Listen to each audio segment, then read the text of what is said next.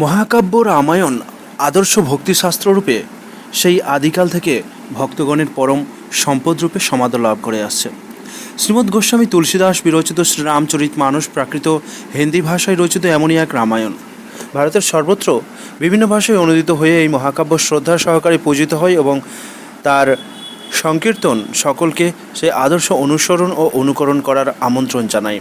এই মহাকাব্যের কেন্দ্রস্থলে আদর্শ চরিত্ররূপে ভগবান শ্রী রামচন্দ্র স্বয়ং অধিষ্ঠিত রয়েছেন। তার পরিচিতি মর্যাদা পুরুষোত্তম রূপে সতত সার্থক।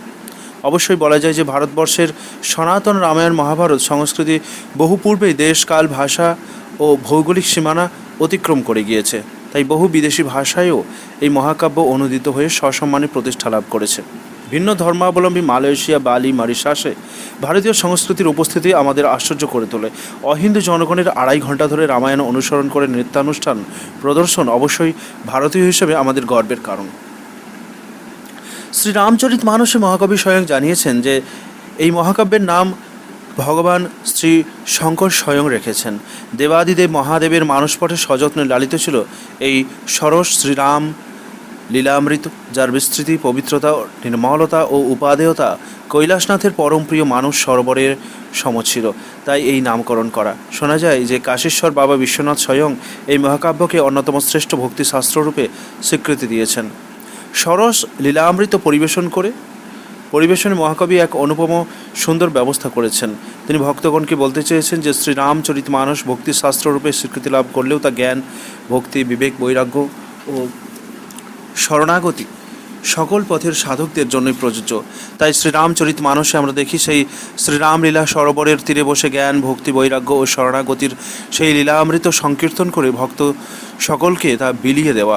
জ্ঞান ঘাটে বসে শ্রীকাক ভূষণ্ডী শ্রী গরুড়কে, ভক্তি ঘাটে বসে স্বয়ং ভগবান শ্রী শঙ্কর, ভক্তিরূপিণী দেবী পার্বতীকে, বৈরাগ্য ঘাটে বসে মহামুনি যাজ্ঞবাল্ক মুনিবর ভরদ্বাজকে, আর শরণাগতির ঘাটে বসে মহাকবি তুলসীদাস নিজের শরণাগত মনকে একযোগে সংকীর্তন করার ঘটনা দেখে বিস্মিত হতে হয়। তাই শ্রীরামচরিত মহাকাব্যে আমির স্থলে তুমির প্রাধান্য আমরা দেখি। এই তুমিই সব কিছু হলেন মহাকবির ইষ্ট শ্রীরামচন্দ্রদেব স্বয়ং। মহাকবির ইষ্ট শ্রীরামচন্দ্রকে অনুজ শ্রী লক্ষণ ও জগন্মাতা সীতাদেবীর সঙ্গে দেখতে ভালোবাসতেন মহাকবি। তাই বোধহয় শ্রী প্রভুর নাম না ধরে তুমির কেবল তু আর অন্য দুজনের নামের আদি অক্ষর ল এবং শ্রীকে নিয়ে তার নিজের নামের সার্থকতা। তুলসীর সঙ্গে তিনি সেবক রূপে থাকতে চান, তাই তার নিজের নামের সার্থকতা, তার নাম তুলসীদাস। এই ত্রিবিধ একত্র মূর্তির তার নিজের নামের সঙ্গে সাদৃশ্য কাকতালীয় না পূর্ব পরিকল্পিত তা জানা যায় না। শ্রী রামলীলা মানস সরোবরে ডুব দেওয়ার জন্য 7টি খণ্ড, যাকে লীলারত্ন সম্ভারে খচিত সোপান বলাই বোধ হয় ঠিক হবে। সমগ্র মহাকাব্যে প্রভু শ্রীরামচন্দ্র অনিন্দ্য সুন্দর, সদাচার সম্পন্ন, পরম ও পরাক্রমশালীরূপী বিরাজমান। জন্ম মুহূর্তে বর্ণনা দিতে গিয়ে কবি বলেছেন লোচন অভিরামা, অর্থাৎ নয়নাভিরাম। মাতা যশোদাকে তিনি তার শঙ্খ, চক্র, গদা, পদ্মধারী শ্রী ভগবানের অর্থাৎ শ্রী বিষ্ণুর রূপ দর্শন করিয়েছেন। আবার মাতার অনুরোধেই তিনি শিশুরূপে রূপ ধারণ করে ক্রন্দনও করেছেন। অরণ্যে গমনকালে আমরা শ্রীপ্রভুকে জটাধারী তাপস রূপে দেখি। তিনি আবার রাজ্যাভিষেকের সময় সুসজ্জিত হয়ে নৃপতিরূপে অযোধ্যার রাজ সিংহাসন আলোকিত করেছেন। মহাকবির বর্ণনায় শ্রীরামচন্দ্র সর্বত্রই যুগপৎ শত শত কন্দর্প কান্তিকেও ম্লান করে অনিন্দ্য সুন্দর রূপে বিরাজমান। তিনি সর্বত্রই শান্তচিত্ত, এমনকি সেই বিভৎস রূপ লঙ্কাকাণ্ডে বর্ণিত যুদ্ধক্ষেত্রেও যখন তার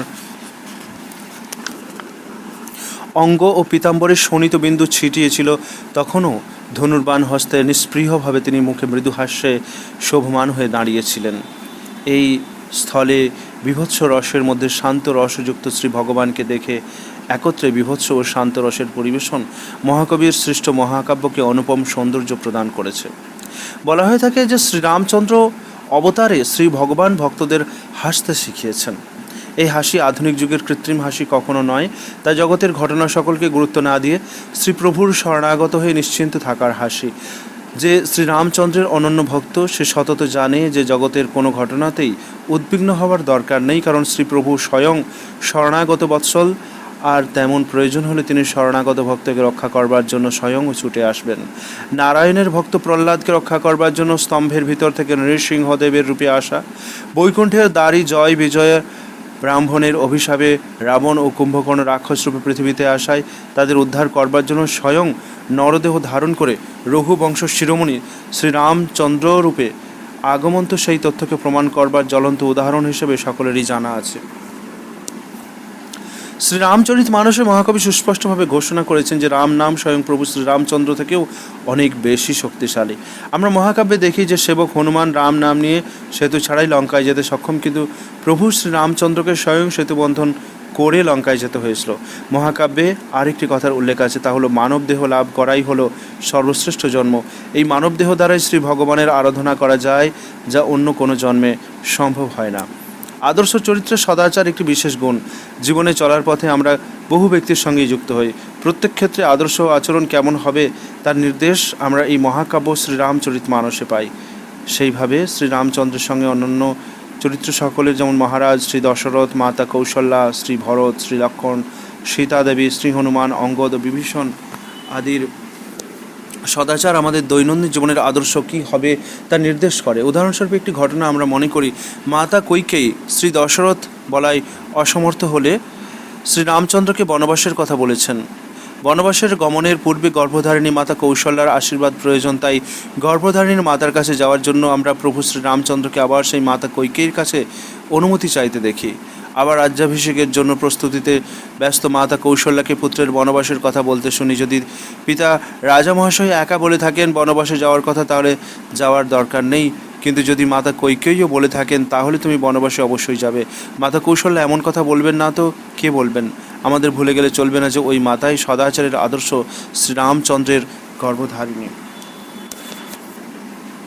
আদর্শ চরিত্রের আরেক প্রয়োজনীয় হলো পরাক্রম। অহল্যা উদ্ধার, হরধনু ভঙ্গ, খরদূষণ, বিরাট বধ, কুম্ভকর্ণ রাবণ বধ, এমন অসংখ্য ঘটনা শ্রীরামচরিতে আছে যা স্পষ্টভাবে নির্দেশ করে যে তিনি অমিত বিক্রম।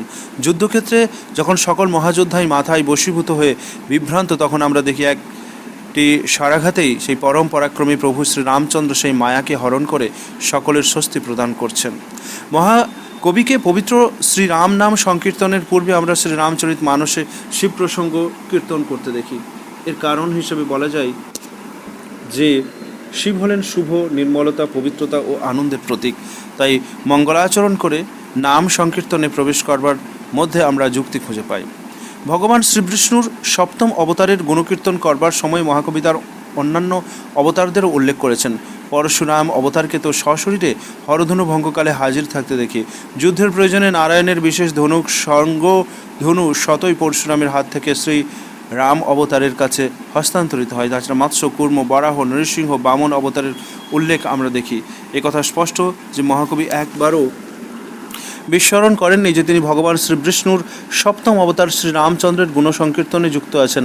আজও আমরা তীর্থাদি, অযোধ্যা, প্রয়াগ, চিত্রকূট, দণ্ডকারণ্য, রামেশ্বর আদিকে স্পর্শ করে ধন্য হই, কারণ সেই সকল স্থানে আমাদের আদর্শ ভগবান শ্রীরামচন্দ্রকে মনে করিয়ে দেয়। শ্রীরামচন্দ্র প্রসঙ্গে ভারতবর্ষের সংস্কৃতির সঙ্গে অঙ্গাঙ্গিভাবে যুক্ত হয়ে আছে। ভোগবিলাসের বিশাল সম্ভার নিয়ে পাশ্চাত্য সভ্যতা বারে বারে আমাদের রামায়ণ, মহাভারত সংস্কৃতির উপর আঘাত হানবার চেষ্টা বহুবার করেছে, কিন্তু তা সত্ত্বেও আমাদের সনাতন সভ্যতাকে মুছে ফেলতে পারেনি, আর তা মুছে ফেলতে পারবেও না। তাই দুস্তর ভবসাগর অতিক্রম করবার জন্য সনাতন সংস্কৃতিকে আপন করে নেওয়াতেই আমাদের কল্যাণ নিহিত। সীতাদেবীর দেবাশীর প্রভুর করুণা নিধান নাম আমাদের ভবসাগর তরণের খেয়া হয়ে সতত বিরাজমান থাকুক।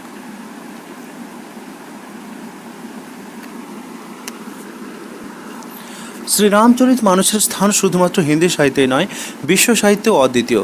এর সমকক্ষ এমন সর্বাঙ্গ সুন্দর কাব্য লক্ষণযুক্ত সাহিত্যের সমস্ত রসে পরিপূর্ণ কাব্য কলার দৃষ্টিতেও সর্বোচ্চ কোটির আদর্শ গার্হস্থ্য জীবন, আদর্শ রাজধর্ম, আদর্শ পারিবারিক জীবন, পতিব্রত ধর্ম, ভ্রাতৃধর্মের প্রকাশক, সর্বোচ্চ ভক্তি, জ্ঞান, ত্যাগ, বৈরাগ্য তথা সদাচার শিক্ষাদায়ক, স্ত্রী পুরুষ, বালক বৃদ্ধ যুবা সকলের জন্যই সমান উপযোগী এবং সর্বোপরি সগুণ সাকার ভগবানের আদর্শ মানবলীলা তথা তার গুণ, প্রভাব, রহস্য ও প্রেমের গূঢ় তত্ত্বকে অত্যন্ত সরল, রুচিপূর্ণ এবং ওজস্বী ভাষায় ব্যক্তকারী কোনো দ্বিতীয় গ্রন্থ কেবল হিন্দি ভাষাতেই নয়, বিশ্বের অন্য কোনো ভাষাতেই আজ পর্যন্ত লেখা হয়নি। এই কারণেই যত আগ্রহ নিয়ে ধনী, দরিদ্র, শিক্ষিত, অশিক্ষিত, গৃহী, সন্ন্যাসী, স্ত্রী পুরুষ, বালক বৃদ্ধ সর্বস্তরের মানুষ এই গ্রন্থরত্ন পাঠ করে, সেই আগ্রহ নিয়ে অন্য গ্রন্থও পাঠ করে না। তথা ভক্তি, জ্ঞান, নীতি, সদাচারের যত প্রচার এই গ্রন্থের দ্বারা হয়েছে, এরকম কদাচিৎ অন্য কোনো গ্রন্থের দ্বারা হয়েছে। পৃথিবীতে যে গ্রন্থের এত সমাদর, তার বহু সংস্করণ ও বহুবিধ টিকা থাকা স্বাভাবিক। এর ফলে আজ পর্যন্ত শ্রীরামচরিতমানসের যেমন বহু সংস্করণ প্রকাশিত হয়েছে, তেমনি তার বহু টিকাও লেখা হয়েছে। আমাদের গীতা পুস্তকালয়ে রামায়ণ সম্বন্ধীয় শত শত গ্রন্থ সংগৃহীত হয়েছে। আজ পর্যন্ত এটির লক্ষাধিক কপি ছাপা হয়েছে। প্রায়শই একটি নতুন সংস্করণ প্রকাশিত হচ্ছে, আর সেই সংস্করণে আগের সংস্করণের চেয়ে কোনো না কোনো বিশিষ্টতা পরিলক্ষিত হচ্ছে। রামায়ণ পাঠের ব্যাপারে রামায়ণী পণ্ডিতদের মধ্যে অনেক মতভেদ দেখা যায়, এমনকি কোথাও কোথাও তো প্রায়শই প্রতিটি চৌপাইতেও কোনো না কোনো সংস্করণে পাঠভেদ লক্ষ্য করা যায়। এই একটি গ্রন্থের মধ্যে যত পাঠভেদ দেখা যায়, তত পাঠভেদ কোনো প্রাচীন গ্রন্থে পাওয়া যাবে না। এর দ্বারাও এই গ্রন্থের সর্বলোকপ্রিয়তা প্রমাণিত হয়। এছাড়াও শ্রীরামচরিতমানস একটি আশীর্বাদাত্মক গ্রন্থ।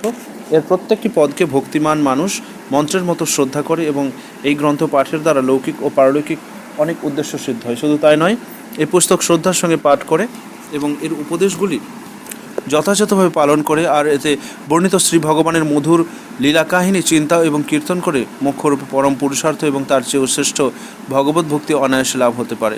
তা কেনই বা হবে না? যে পুস্তকের রচয়িতা গোস্বামী তুলসী দাসের মতো অনন্য ভক্ত, যিনি ভগবান সীতারামের কৃপায় তাদের দিব্য লীলা প্রত্যক্ষ অনুভব করে যথার্থরূপে বর্ণনা করেছেন, সাক্ষাৎ ভগবান মহাদেবের আদেশে যার উপরে সেই ভগবান সত্যম শিবম সুন্দরম লিখে নিজের হাতে স্বাক্ষর করেছেন, সেই পুস্তকের পক্ষে এরকম অলৌকিক প্রভাব হওয়া এমন কি আশ্চর্যের ব্যাপার। এই পটভূমিতে এই অলৌকিক গ্রন্থের যত বেশি প্রচার করা যাবে, তত বেশি পঠন পাঠন এবং মনন অনুশীলন হবে, ততই জগতের পক্ষে মঙ্গল হবে, এতে বিন্দুমাত্র সন্দেহ নেই। বর্তমান যুগে যখন সর্বত্রই কেবল হাহাকার, সকলেই দুঃখে এবং অশান্তিতে জলে পুড়ে মরছে, পৃথিবীর সর্বত্রই কেবল হানাহানি এবং প্রতিদিন হাজার হাজার মানুষ নিধন হচ্ছে, কোটি কোটি টাকা একে অন্যের বিনাশের জন্য খরচ করা হচ্ছে, বিজ্ঞানের নতুন নতুন উদ্ভাবন জগৎকে শ্মশানে পরিণত করে চলেছে, বিশ্বের বড় বড় মস্তিষ্ক ধ্বংসের নতুন নতুন আবিষ্কারে ব্যস্ত, সেখানে সুখ শান্তি এবং প্রেমের প্রসারের সঙ্গে সঙ্গে জীবনে ভগবত কৃপা অনুভব করবার জন্য শ্রীরামচরিতমানসের পাঠ এবং অনুসরণ একান্তই প্রয়োজন।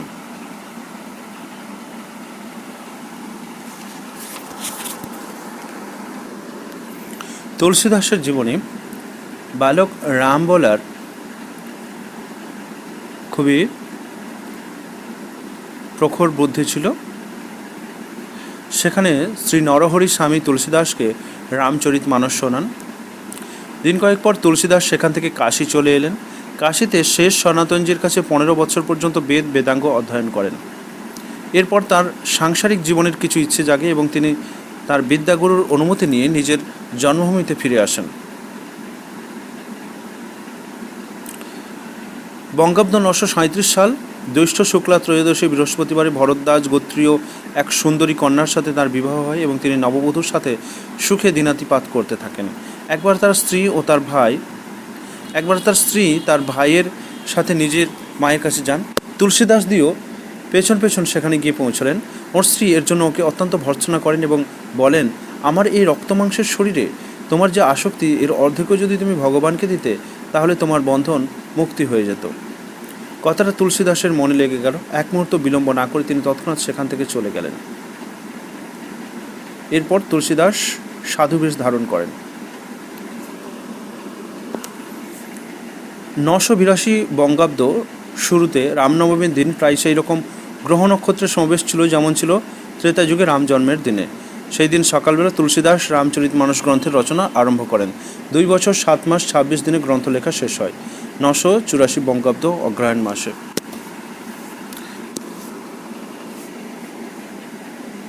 পণ্ডিতরা যখন এই ঘটনা শুনলেন, তখন তাদের মধ্যে ঈর্ষার উৎপত্তি হলো। তারা সমবেতভাবে তুলসীদাসের নিন্দা প্রচারে তৎপর হলেন এবং বইটি নষ্ট করার চেষ্টাও করতে লাগলেন।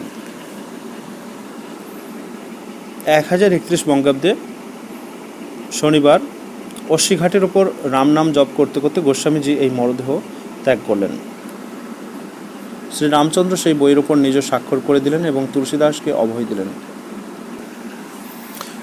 সতীশচন্দ্র দাশগুপ্ত অনুবাদিত শ্রীরামচরিতমানসের ভূমিকা।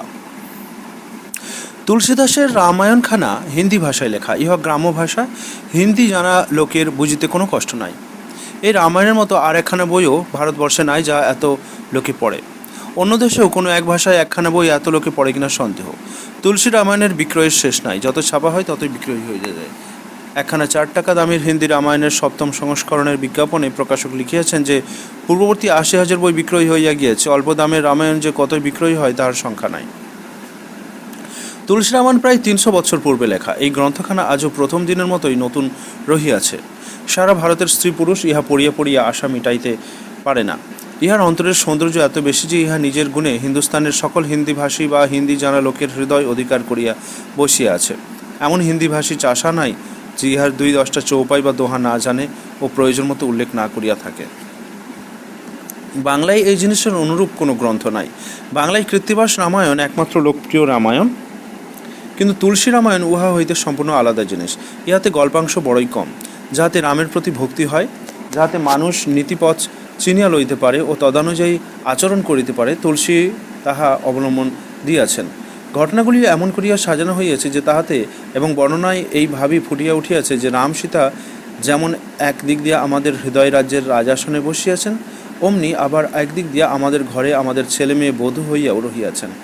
রাম সীতা ভরতাদির কথা ভাবিতে তুলসী আমাদিগকে রাজবাড়িতে লইয়া যান নাই, কাঙালের ঘরের ছেলে মেয়ে বউ দিয়াই তৃপ্ত করিয়াছেন। তিনি রামের গলায় সোনার হার ও সীতার গায়ে মণিমুক্তার ভূষণ দিয়াছেন সত্য, কিন্তু সেগুলি নিতান্তই আলগোছে গায়ে লাগিয়ে আছে। উহা তাহাদের বিচ্ছেদের অংশ নয়, মামুলিভাবে রাজার ছেলে বউকে দিতে হয় বলিয়া দিয়াছেন, কিন্তু তাহাদের চালচলন কথাবার্তা গ্রামের যে কোনো গরিবের ঘরে খাপ খায়। জনক সীতার বিবাহে কত আয়োজন করিলেন, কত লক্ষ লক্ষ ব্রাহ্মণ বিদায় করিলেন, এসব তুলসী খুব গম্ভীরভাবে লিখিয়াছেন। কিন্তু গোসাই এমন চাতুরি করিয়াছেন যে যখন তাহার সীতার বিবাহ বর্ণনা পড়ি তখন মনে হয় আমাদের ধোপা নাপিত বামুন কায়স্থ গরিব মধ্যবিত্তদের ঘরে যে বিবাহ হয় সেই বিবাহই যেন দেখিতেছি। এই বিবাহের বরই যেন তুলসীর রাম, সেই বিবাহের কনেই যেন সীতা। এই বিবাহে মোট 5 টাকা খরচ হয়, সে বিবাহের ব্যয়ের আদর যেন জনকের আদরেরই মতো। রাম যখন একেবারে শিশু কেবল চলিতে শিখিয়াছেন তখনকার কথা, ভোজন করতে চপল দধি উদন লপটাই, বালকাণ্ড দোহা 203-3। রাজা যখন রামকে খাইতে ডাকেন তখন সঙ্গী ছেলেদিগকে ফেলিয়া সে আসিতে চায় না। কৌশলা ডাকিতে গেলে সে ছেলে থুপথাপ করিয়া ছুটিয়া পালায়। ধুলাই ধূসর ছেলেকে রাজা হাসিয়া কোলে বসান। চঞ্চল মনে খাইতে খাইতে একটু অবসর পাইলেই খিলখিল করিয়া হাসিয়া সে পালায়, মুখে দধি ভাত লেপটিয়া থাকে। এই রামকে দেখিতে রাজার বাড়ি যাইতে হয় না, দেশ জুড়িয়া ঘরে ঘরে এই রাম আছে। এই জন্যই তুলসীর অত আদর। ইহা প্রত্যেকের নিজের ঘরের নিজের হৃদয়ের জিনিস। রাম লক্ষ্মণ সীতাকে তুলসী সাধারণ লোকের আয়ত্তের মধ্যে আনিয়া দিয়াছেন। কেবল তাহাই নহে, গীতার আধ্যাত্মিক তত্ত্বগুলিও নীতি ও আচরণের ভিতর দিয়া তিনি স্পষ্ট করিয়া তুলিয়াছেন। তুলসী রামায়ণের কাব্য সৌন্দর্যও অতুলনীয়। এমন সহজ ভাষায়, এমন গ্রাম্য কথায় এমন ভাব প্রকাশ করিয়াছেন যে মনে হয় এক সংস্কৃত ভাষা ছাড়া আর কোনো অলঙ্কারময় ভাষাতেই যেন সে ভাব প্রকাশ করা যাইত না। সর্বশ্রেষ্ঠ কাব্য সর্বসাধারণের চলতি ভাষায় লেখা হইলে যাহা হয়, তুলসী রামায়ণ তাহাই। রামের প্রতি অনুরাগে তুলসী ডুবিয়াছিলেন। রাম ভক্তিরস তিনি তাহার রামায়ণে অকাতরে বিলাইয়া হিন্দিভাষী ভারতবাসীকে রামায়ণ ভক্ত করিয়াছেন। রাম ভক্ত করিয়াছেন একথা বলিতে পারি না, কেননা তুলসীর যে রাম তাহার ভক্ত হওয়া অতি বড় সৌভাগ্য। সে সৌভাগ্য যেদিন ভারতবাসীর হইবে সেদিন পৃথিবীতে স্বর্গরাজ্য বসিবে, কলিযুগের মতোই সত্যযুগ ফিরিয়া আসিবে। তুলসী রামায়ণ পাঠে পাঠকের গভীর উপকার হইবে, বাঙালি জাতির উপকার হইবে, এই আশায় বাংলা অক্ষরে হিন্দি মূল দিয়া তার বাংলা অনুবাদ প্রণয়ন করিতেছি। তুলসী রামায়ণ পড়িতে হ্রস্ব দীর্ঘ বুঝিয়া উচ্চারণ করিতে হইবে। তুলসী রামায়ণের স নাই বলিলেই চলে, সকল স্থানে স ব্যবহার হইয়াছে, উচ্চারণ ইংরেজি SAW এর মতো।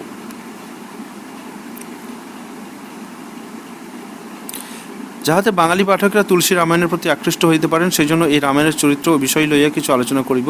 আমার ভরসা এই আলোচনা পড়িলে তুলসী রামায়ণ পড়িবার আগ্রহ বাড়িবে।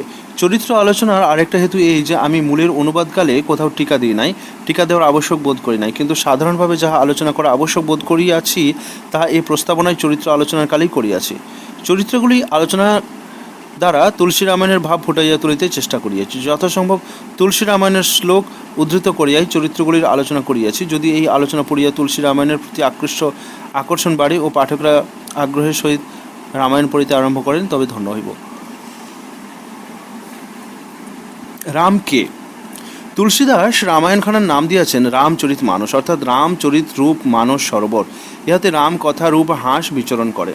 লোকে তুলসীর দেওয়া নাম ছাড়িয়া সোজাসুজি তুলসী রামায়ণই বলিয়া থাকে। তুলসী যে রামায়ণ রচনা করিয়াছেন তাহা তাহার মন গড়া জিনিস, উহা বাল্মীকির রামায়ণের অনুবাদ নয়। বাল্মীকির রামায়ণ ছাড়া অন্য যে সকল গ্রন্থে রামকথা আছে, তুলসীদাস সকলেরই সাহায্য লইয়া নিজের অন্তরের তৃপ্তির জন্য এই রামায়ণ লিখিয়াছেন। তুলসী সকলকেই ডাকিয়া বলিতেছেন যে জীবন সফল করবার জন্য রাম ভক্তি চাই। রাম কথা পড়িলে রাম ভক্তি আসিবে, মন শান্ত হইবে, দুঃখ সুখ দূর হইবে। তাহার রামায়ণ ভক্তির ভাব জাগাইবার ও তাহা পুষ্ট করিবার বিশেষ সহায়ক। রামচন্দ্র অযোধ্যার রাজা দশরথের পুত্র। তিনি মাতার ষড়যন্ত্রে বনে গিয়া দুঃখ পান। রাবণ সীতা হরণ করিয়া লইয়া গেলে তিনি যুদ্ধ করিয়া রাবণকে বধ করেন এবং সীতাকে উদ্ধার করিয়া লইয়া আসেন। রামচন্দ্র মানুষেরই মতো চলিয়া ফিরিয়া সুখে দুঃখে জীবন কাটাইয়াছেন। সেই জন্য রামকে আদর্শ চরিত বলিয়া ধরা যাইতে পারে কিনা তাহা লইয়া বাদানুবাদ আছে। কোনো কোনো বিদ্বান ব্যক্তি রামকে কেবলমাত্র সমালোচকের চক্ষে দেখেন। ঈশ্বরই যে রাম অবতার হইয়া নিজ কার্য করিয়া গিয়াছেন সে অনুভূতি না থাকায় রামকে তাহাদের বিচারে এমন একজন লোক বলিয়াই কেবলমাত্র ধরা হয় যিনি রাবণ বধাদি করিয়াছিলেন। কিন্তু ওই প্রকারের রামে তুলসীদাসের প্রয়োজন নাই। তুলসীর রাম তাহার ইষ্টদেব, জগৎপিতা, সর্বজ্ঞ, সর্বব্যাপী, ভক্তের দুঃখহারী প্রভু। তুলসীদাস নিজে যে রস আস্বাদ করিয়াছেন সে রস সকলকেই বিলাইতে চাহেন। উহার প্রধান বাধা বুদ্ধির বাধা। যে রাম মানুষের সন্তান, যিনি স্ত্রী বিরহে কাতর হইয়া বনে বনে পথে পথে সীতাকে খুঁজিয়া বেড়াইয়াছেন, যাহাকে মেঘনাদ নাগপাশে বাঁধিয়া কাবু করিয়া ফেলিতে পারেন, তিনি সর্বজ্ঞ সর্বশক্তি, মানে একথা কেমন করিয়া বলা যায়? বুদ্ধির এই প্রশ্নকে তুলসীদাস একটি বড় স্থান দিয়াছেন এবং উহাকে অবলম্বন করিয়া রামের ঈশ্বরত্ব প্রতিষ্ঠা করিয়া রামচরিত খুলিয়া দেখাইয়াছেন। রামচরিত মানুষের অবতারণিকায় যেখানে রাম কথা শুরু হইল সেইখানে রামকে এই প্রশ্ন লইয়াই তাহার গ্রন্থ আরম্ভ হইয়াছে। ভরদ্বাজ মুনির আশ্রমে যাজ্ঞবল্ক্য আসিয়াছেন। তিনি প্রয়াগে আসিয়াছিলেন মকর স্নান করিতে। ফিরিবার পূর্বে ভরদ্বাজকে দেখিতে যান। ভরদ্বাজ গুরুকে বলিলেন তাহার একটা বড় বিষয়ে সন্দেহ আছে, উহার মীমাংসা করিয়া দিতে হইবে। রাম কবন প্রভু কুহুক বিবেক বিচারী। রামকাণ্ড দোহা 46/3। হে প্রভু, তোমাকে জিজ্ঞাসা করিতেছি যে রামকে। হে কৃপানিধি, আমাকে তুমি বুঝাইয়া বলো। এক রাম তো ছিলেন অযোধ্যাপতি দশরথের কুমার। তাহার চরিত কথা সকলেই জানে। তিনি স্ত্রী বিরহে বড় দুঃখ পান এবং রাগ করিয়া রাবণকে যুদ্ধে মারেন। হে প্রভু, শিব যাহাকে জপ করেন তিনি কি সেই রাম অথবা অপর কেহ? তুমি সত্য পরায়ণ সর্বজ্ঞ, তুমি জ্ঞানের সহিত বিচার করিয়া বলো। ইহার উত্তরে যাজ্ঞবল্ক্য হাসিয়া বলেন যে তুমি তো কায়মন বাক্যে রাম ভক্ত, তোমার চাতুরী আমি জানিয়াছি। তুমি রামগুণ শুনিতে চাও বলিয়াই এমন বোকা সাজিয়া প্রশ্ন করিয়াছ যে রামকে, তিনি কি ভগবান? এই প্রশ্ন হইতে তুলসী রামায়ণ আরম্ভ। তুলসীদাস আরেকটু অগ্রসর হইয়া বালকাণ্ডে সতীর মুখ দিয়া এই প্রশ্নই করিতেছেন রামকে। রাম তখন দণ্ডক বনে। সেই স্থানে দিয়া সীতা শিব সতীকে লইয়া চলিয়াছেন। তখন বিরহ বিকল ফিরত দেও ভাই। বালকাণ্ড দোহা 49/4। সীতা আশ্রমে নাই, রাম বিকল হইয়া খুঁজিতেছেন। হা গুণ খানি দেখে সীতা মৃগনয়নী। অরণ্যকাণ্ড দোহা 30/4। রামচন্দ্র তরুলতা পশু পক্ষীকে জিজ্ঞাসা করিয়া চলিয়াছেন তাহারা মৃগনয়নী সীতাকে কি দেখিয়াছে। এমনই ব্যাকুল অবস্থায় শিব রামকে দেখিতে পান। রামকে তিনি নিজ ইষ্টদেব জানিয়া জয় সচ্চিদানন্দ বলিয়া প্রণাম করিলেন। শিব এত অভিভূত হইলেন যে তাহার শরীরে রোমাঞ্চ হইল। শিবের এই অবস্থা দেখিয়া সতী আশ্চর্য হইলেন। যিনি জগতের পূজ্য বিশ্বের শিব, তিনি আবার একজন রাজার ছেলেকে সচ্চিদানন্দ বলিয়া প্রণাম করিলেন। ইহা দেখিয়া সতী বড় সন্দেহে পড়িলেন। শিব সতীকে বুঝাইয়া সন্দেহ করিতে নিষেধ করিলেন। বলিলেন যে রামের কথা আমরা এইমাত্র অগস্ত্য ঋষির নিকট শুনিতেছিলাম, যাহাকে ভক্তি করার কথা আমি মণিকে শুনাইলাম, ও যিনি আমার ইষ্টদেব ইনি সে রাম। কিন্তু সতীর সন্দেহ যায় না। সতী ভাবেন যে যদি বিষ্ণু দেবতাদের হিতের জন্য মানুষের শরীর ধারণ করিয়া থাকেন তবে তো তিনিও শিবেরই মতো সর্বজ্ঞ। সেই বিষ্ণু কি অজ্ঞের মতো স্ত্রী খুঁজিয়া বেড়াইতে পারেন? খোঁজই সৌকি শ্রীপতি ও সুরারি। বালকাণ্ড দোহা 51/1। সতীর মনে এই প্রশ্নের মীমাংসা হয় না। তিনি তখন শিবের কথাই রামকে পরীক্ষা করিতে যান। গিয়া রামকে দেখিয়াই মুগ্ধ হইয়া যান। সতী সীতার বেশ ধরিয়া রামকে পরীক্ষা করিতে গিয়াছিলেন বলিয়া শিব তাহাকে ত্যাগ করেন। পরে সতী দক্ষযজ্ঞে দেহত্যাগ করিয়া হিমালয়ের ঘরে পার্বতী হইয়া জন্মিয়া শিবকে পাইবার জন্য অনেক হাজার বৎসর কঠোর তপস্যা করেন। বিবাহের পর পার্বতী শিবকে আবার সেই প্রশ্নই করেন, রামকে পূর্বজন্মে বলিয়াছিলেন, কিন্তু তখন ভালো করিয়া বুঝি নাই, আবার বলো। রামস অবধ অখলগতি কই। বালকাণ্ড দোহা 108/4। যিনি অযোধ্যার রাজপুত্র তিনিই রাম, অথবা তিনি আরও কোনো অজন্মা গুণরহিত পুরুষ যাহার গতি দেখা যায় না? जो নৃপতনয় অতি মরি, বালকাণ্ড দোহা 108। যদি রাজপুত্রই হয় তবে ব্রহ্ম কেমন করিয়া হইল? স্ত্রীর বিরহে রামের বুদ্ধিই তো নষ্ট হইয়া গিয়াছিল, অথচ এদিকে রামচরিত দেখিয়া তার মহিমার কথা শুনিয়া আমার মাথা ঘুরিতেছে। শিব পার্বতীকে আবার উপদেশ দেন, বলেন,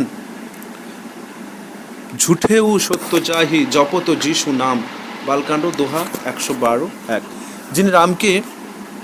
তিনি রাম যাহাকে না জানিলে মিথ্যা ও সত্য বলিয়া মনে হয়, যেমন দড়িকে সাপ বলিয়া ভুল হয়, জাগিলে যেমন স্বপনের ভুল মিলিয়া যায়, তেমনি রামকে জানিলে জগৎ হারাইয়া যায়। যাহার নাম জপিলে সকল সিদ্ধি সুলভ হয়, সেই বালক রামকে বন্দনা করি।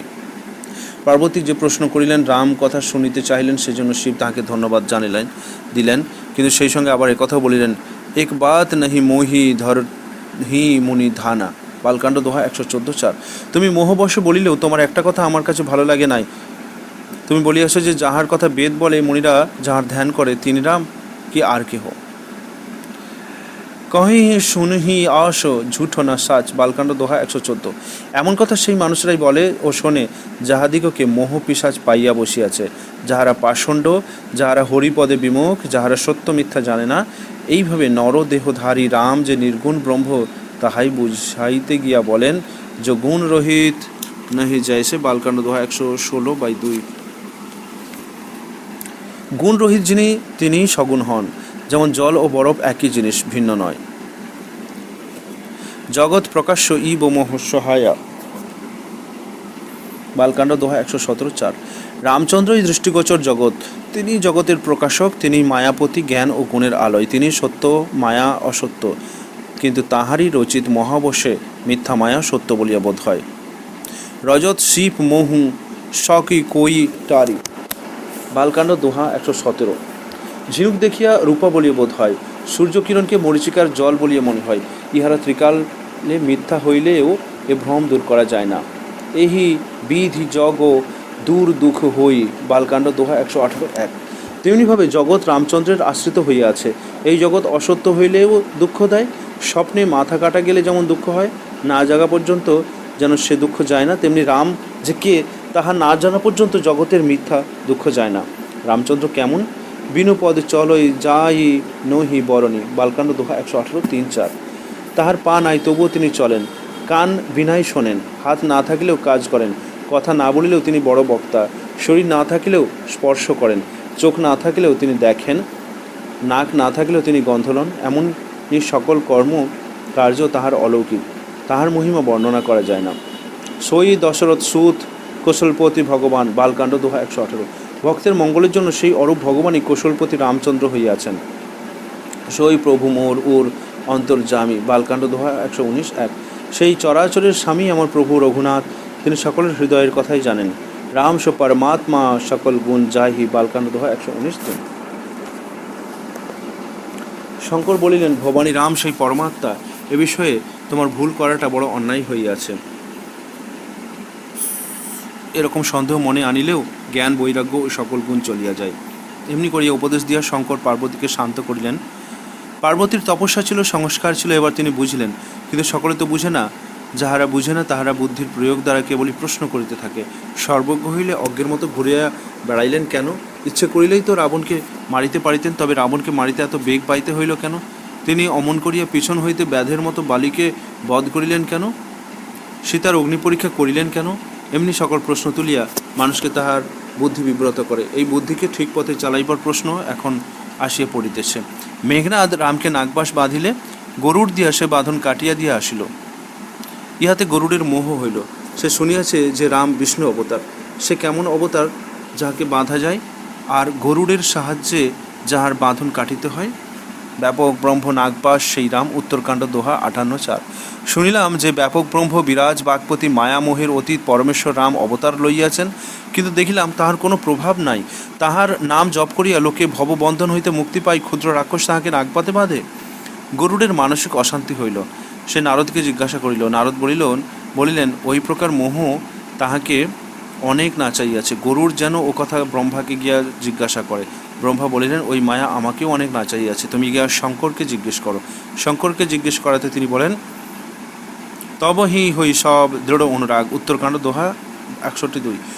তুলসী মহেশ্বরের মুখ দিয়া এইবার শেষ কথা বলাইলেন। অনেক দিন সৎসঙ্গ করিলে তবে সন্দেহ যায়। সৎসঙ্গ এ হরিকথা শুনিবে। নানা প্রকারের মুনিরা উহা গাহিয়া থাকেন। সে কথার আদিতে মধ্যে ও অন্তে ওই একই বিষয়েরই প্রমাণ করা যায় যে প্রভু রাম হইতেছেন ভগবান। সৎসঙ্গ ছাড়া রাম কথা হয় না, রাম কথা ছাড়া মোহ যায় না, আর মোহ না গেলে রাম পদে গভীর অনুরাগ হয় না। ভক্তি না হইলে বিশ্বপতি রামই যে ভগবান সে বিশ্বাস আসে না। রাম তো ভক্তের জন্যই দেহ ধারণ করিয়াছিলেন।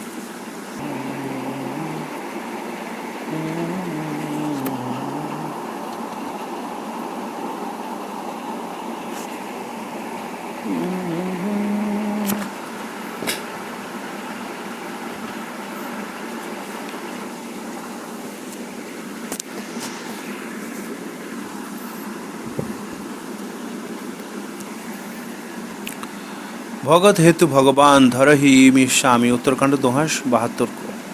ভক্তের হিতের জন্যই ভগবান রাম রাজার শরীর ধারণ করিয়াছিলেন। সাধারণ মানুষের মতো অথচ পরম পবিত্র চরিত্র তিনি দেখাইয়া গিয়েছেন।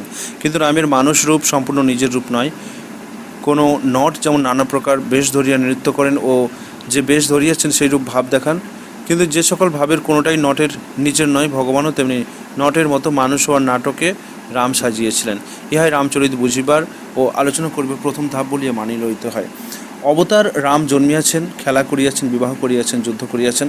বাল্মীকি ও তুলসীদাসের রামও সেই সকলই করিয়াছেন, কেবল তাহার উপর পূর্ণত্ব আরোপিত হইয়াছে। অপূর্ণের উপর পূর্ণত্ব আরোপ করিয়া মানুষ নিজের প্রয়োজন মিটাইয়া লইতেছে। পদে পদেই মানুষ রূপধারী অপূর্ব অবতারের অপূর্ণ অবতারের অপূর্ণত্ব ও ত্রুটি ধরা যাইতে পারে, কিন্তু নিজের হিতের জন্য তাহা না করিয়া আদর্শ পুরুষত্ব তাহাতে আরোপ করিয়া লোকে কার্যসিদ্ধ করিয়া আসিতেছে, ভক্তি সমর্পণ করিতেছে।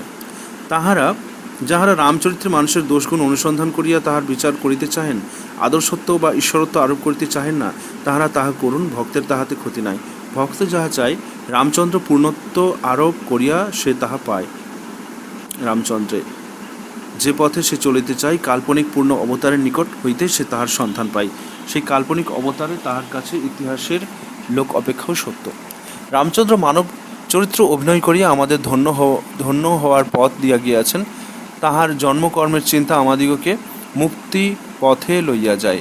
একখণ্ড শিলার তো কোনো চরিত্র নাই, তথাপি মানুষ তাহাতেও পূর্ণত্ব আরোপ করিয়া শাল গ্রাম শিলাকে ভক্তি দিয়া নিজে যাহা পাওয়ার তাহা পাইয়া থাকে।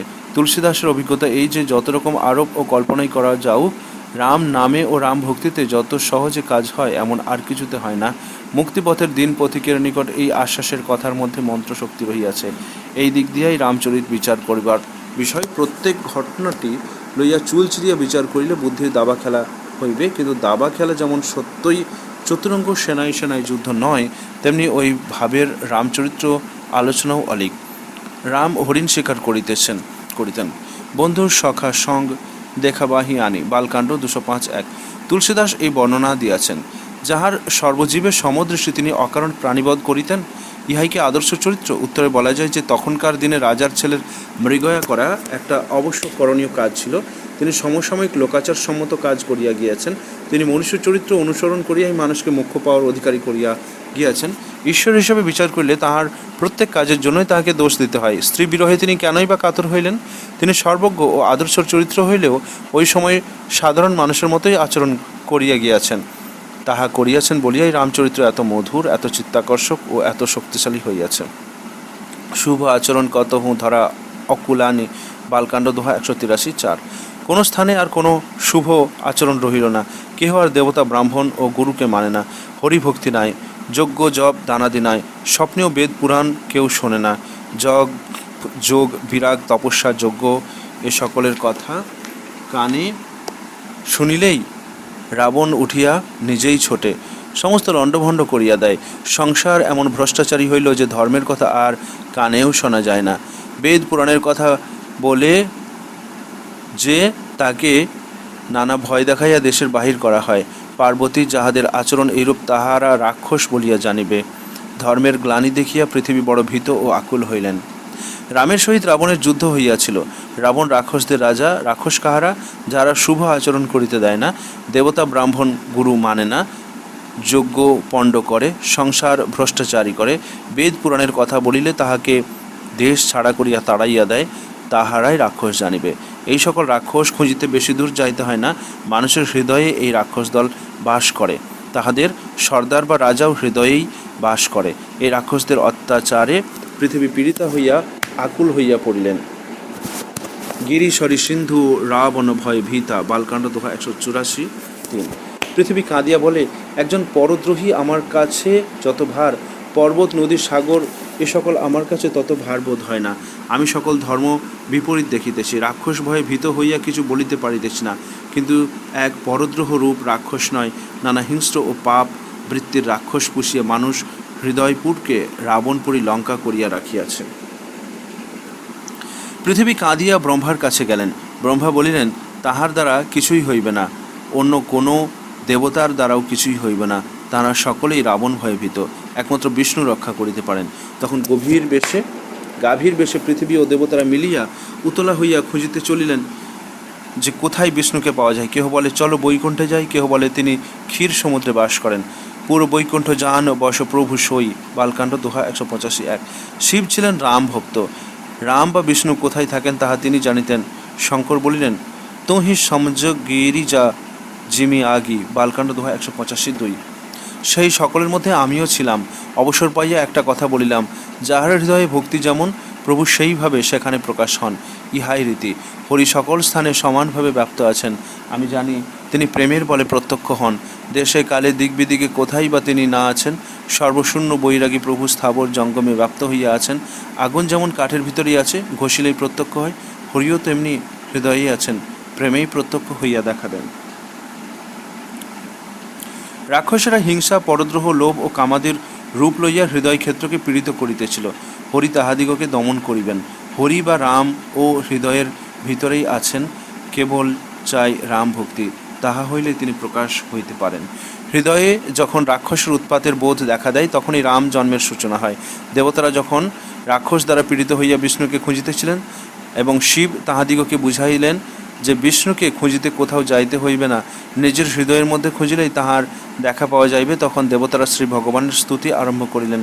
ভগবান প্রসন্ন হইয়া বলিলেন যে তিনি দশরথ রাজার ঘরে পুত্ররূপে জন্মিবেন, কেননা মনু ও শতরূপা তাহাকে পাওয়ার জন্য অনেক তপস্যা করিয়া গিয়াছেন। তাহারাই এ জন্মে দশরথ ও কৌশলা রূপে জন্মিয়াছেন।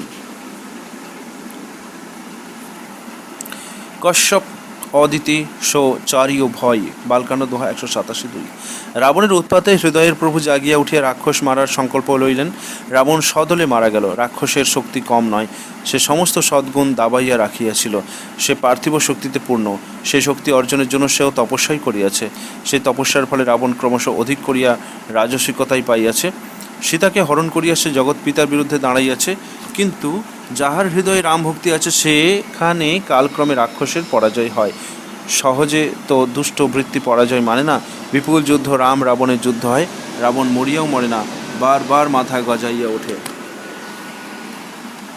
দুষ্প্রবৃত্তি ও হিংসা নির্মূল করা বড়ই শক্ত। অবশেষে রাবণ মরিলে ধর্মরাজ্য বা রামরাজ্য হৃদয়ে স্থাপিত হয়। ইহাই রাম রাবণের যুদ্ধের অন্তরের দিক। ইহার বাহিরের দিক হইতেছে রাম অবতারের অযোধ্যার জন্ম ও কর্ম। সে কাহিনীও পবিত্র, মঙ্গলদায়ক ও ভক্তিপ্রদ। রামায়ণের ভিতর দিয়ে এই দুইটি ধারা, একটা বাহিরের একটা অন্তরের ধারা বহিয়া চলিয়াছে। দুই মনোহর, দুই ভক্তিদায়ক। ইহার বর্ণনা করিতে করিতে তুলসী বারবার মুগ্ধ হইয়া বলিতেছেন, এমন প্রিয়, এমন হিতকারী, এমন নিকটতম প্রভু রামকে কেন না ভজনা করিবে। যাহারা রামায়ণের বাহ্যিক ধারায় খাঁটি ইতিহাস খোঁজেন, তাহাদিগকে বাল্মীকি ঋষি প্রথমেই ব্যর্থ করিয়া রাখিয়াছেন। স্বর্গ পাতাল দৈত্য দেবতা আনিয়া রাবণের ঘাড়ে 10টা মাথায় চাপাইয়া তাহাকে যখন মায়ামূর্তি ধারণ করা শক্তি দিয়া বানর, ভালুক ও পাখিকে দিয়া কথা বলাইয়া মানুষ, হনুমানকেও কখনো বা মাছির মতো ছোট, কখনো বা 100 যোজন পরিমিত করিয়া অতিপ্রাকৃত করিয়া সাবধান করিয়া দিয়াছেন যে কেহ যেন ইহার মধ্যে ইতিহাস না খোঁজেন। এই রামকথার একজন প্রধান বক্তা কাক ভূষণ্ডী। সে কালের অতীত, মহাপ্রলয়েও তাহার মৃত্যু নাই। শুদ্ধ ভক্তি কাকের রূপ ধরিয়া আছে। ধর্মের ও সত্যের মতোই সে কাক অবিনশ্বর। বারবার কল্পে কল্পে রাম অযোধ্যায় জন্মিতেছেন। বারবার কাক তাহার শিশুলীলা দেখিয়া তৃপ্ত হইতেছেন। জব জব অবধপুরী শুক্লাহ, উত্তরকাণ্ড দোহা 114:6। যে অযোধ্যা কল্পে কল্পে দেখা দেয়, বারবার যে অযোধ্যায় রামের জন্ম হয়, যে দণ্ডকবন হইতে রাবণ বারবার সীতা হরণ করে, যে অযোধ্যায় বারবার রামের অভিষেক হয়, সে কোন ইতিহাসের, কোন ভূগোলের রাম সীতা, অযোধ্যা ও দণ্ডকবন? কিন্তু তাই বলিয়া বাহ্যিক ধারার ঘটনা, স্থান ও চরিত্রগুলো কি অসত্য? এই রাম সীতা কাহিনী, রামের জন্ম, বাল্যলীলা, সীতার সহিত রামের সাক্ষাৎ, ধনুর্ভঙ্গ, বিবাহ, কৈকেয়ীর মন্ত্রণা, রামের বনবাস, রাবণের সীতাহরণ, লঙ্কায় যুদ্ধ, এ সকল কি অসত্য? আমি দৃঢ়ভাবে বলি যে উহা কখনো অসত্য নয়। ইতিহাসের হিসাবে উহার কোনো স্থান নাই। কল্পলোকে উহার সৃষ্ট। ঐতিহাসিক সত্যও হয়তো কিছু আছে, কিন্তু তাহা হইলেও সকল মিলিয়া কাহিনীটা ইতিহাসের কাহিনী অপেক্ষাও সত্য। সীতারাম সত্য ও বাস্তব। তাহারা এই ভারত ভূমিতে বাস করিয়া গিয়াছেন। ওই অযোধ্যা, ওই চিত্রকূট তাহারা পবিত্র করিয়া গিয়াছেন। যে যে স্থান দিয়া সীতাদেবী শুধু পায়ে হাঁটিয়া গিয়াছেন, সেই স্থানের ধূলিকণা পবিত্র করিয়া গিয়াছেন। সেই ধূলিতে জন্মিয়া ভারতীয় কন্যারা নির্মল হইয়াছে, সাধ্যই হইয়াছে। রামায়ণের অঙ্গীভূত হর পার্বতী কাহিনী, সতীর দক্ষযজ্ঞে দেহনাশ, পরে পর্বতগৃহে জন্ম, নারদের উপদেশ, উমার হাজার হাজার বৎসরের তপস্যা, এ সকল কি মিথ্যা? এ সকল মিথ্যা নহে। ইতিহাসের সত্য অপেক্ষা অধিকতর সত্য। এমন সত্য যে সারা ভারতের হিন্দুই নিজ অনুভূতি ও ধর্মবিশ্বাস হইতে উহার সাক্ষী সংগ্রহ করিয়া সত্য বলিয়া প্রমাণ দিবে। রামায়ণ পড়িতে ওই অনুভূতি, ওই বিশ্বাসের সাক্ষ্য লইয়া পড়িলে ফল পাওয়া যাইবে। রামায়ণকে ছেলে ভুলানো গল্প বলিয়া যিনি মনে করেন, তিনি কৃপার পাত্র। রামায়ণের হয়তোবা সবটাই কাল্পনিক, হয়তোবা কতকটা তাহার ঐতিহাসিক, কিন্তু সমস্তটুকুই শ্রদ্ধা পাইয়া আসিয়াছে ও শ্রদ্ধা পাওয়ার যোগ্য। তুলসীদাস লিখিয়াছেন যে তাহার রামকথা সকলের জন্য নয়। যহ না কহিয়া সচরাচর স্বামীহি, উত্তরকাণ্ড দোহা 128।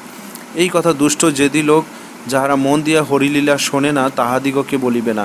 একথা কামী ক্রোধীকে ও যে জগৎপতিকে ভজনা করে না, তাহাকে বলিবে না। হয় ভক্তির সহিত পড়িবে, নয়তো পড়িবে না।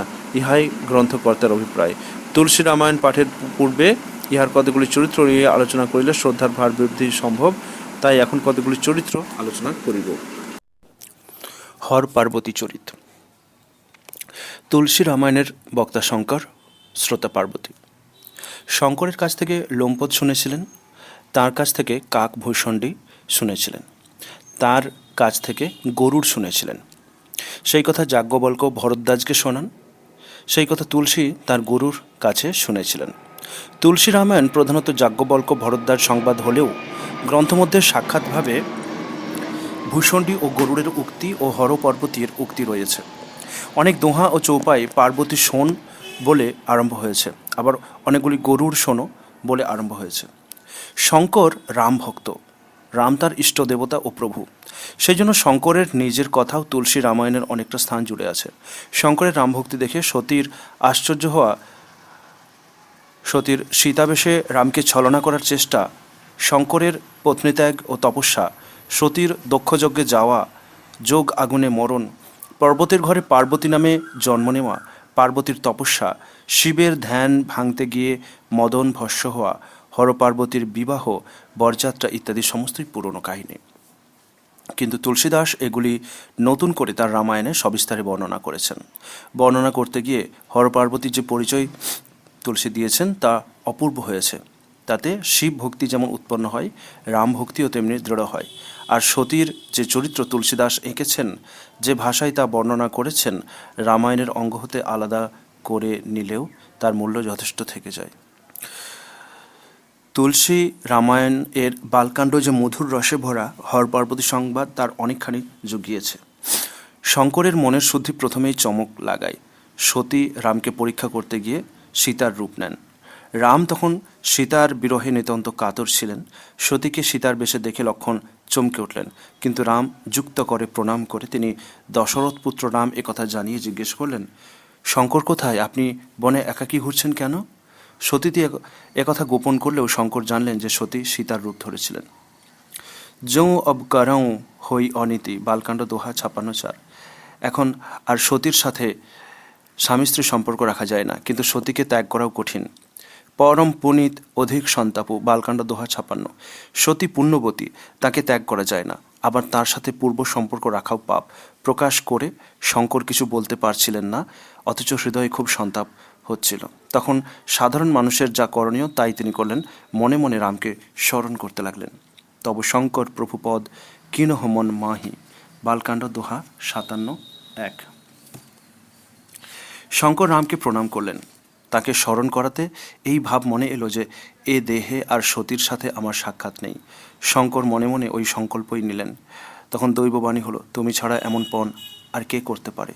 তুমি রাম ভক্ত ও সমর্থ। এতে শঙ্কর চরিত্রে প্রেম, দৃঢ়তা ও পবিত্রতার ত্রিবেণী সঙ্গম হয়েছে।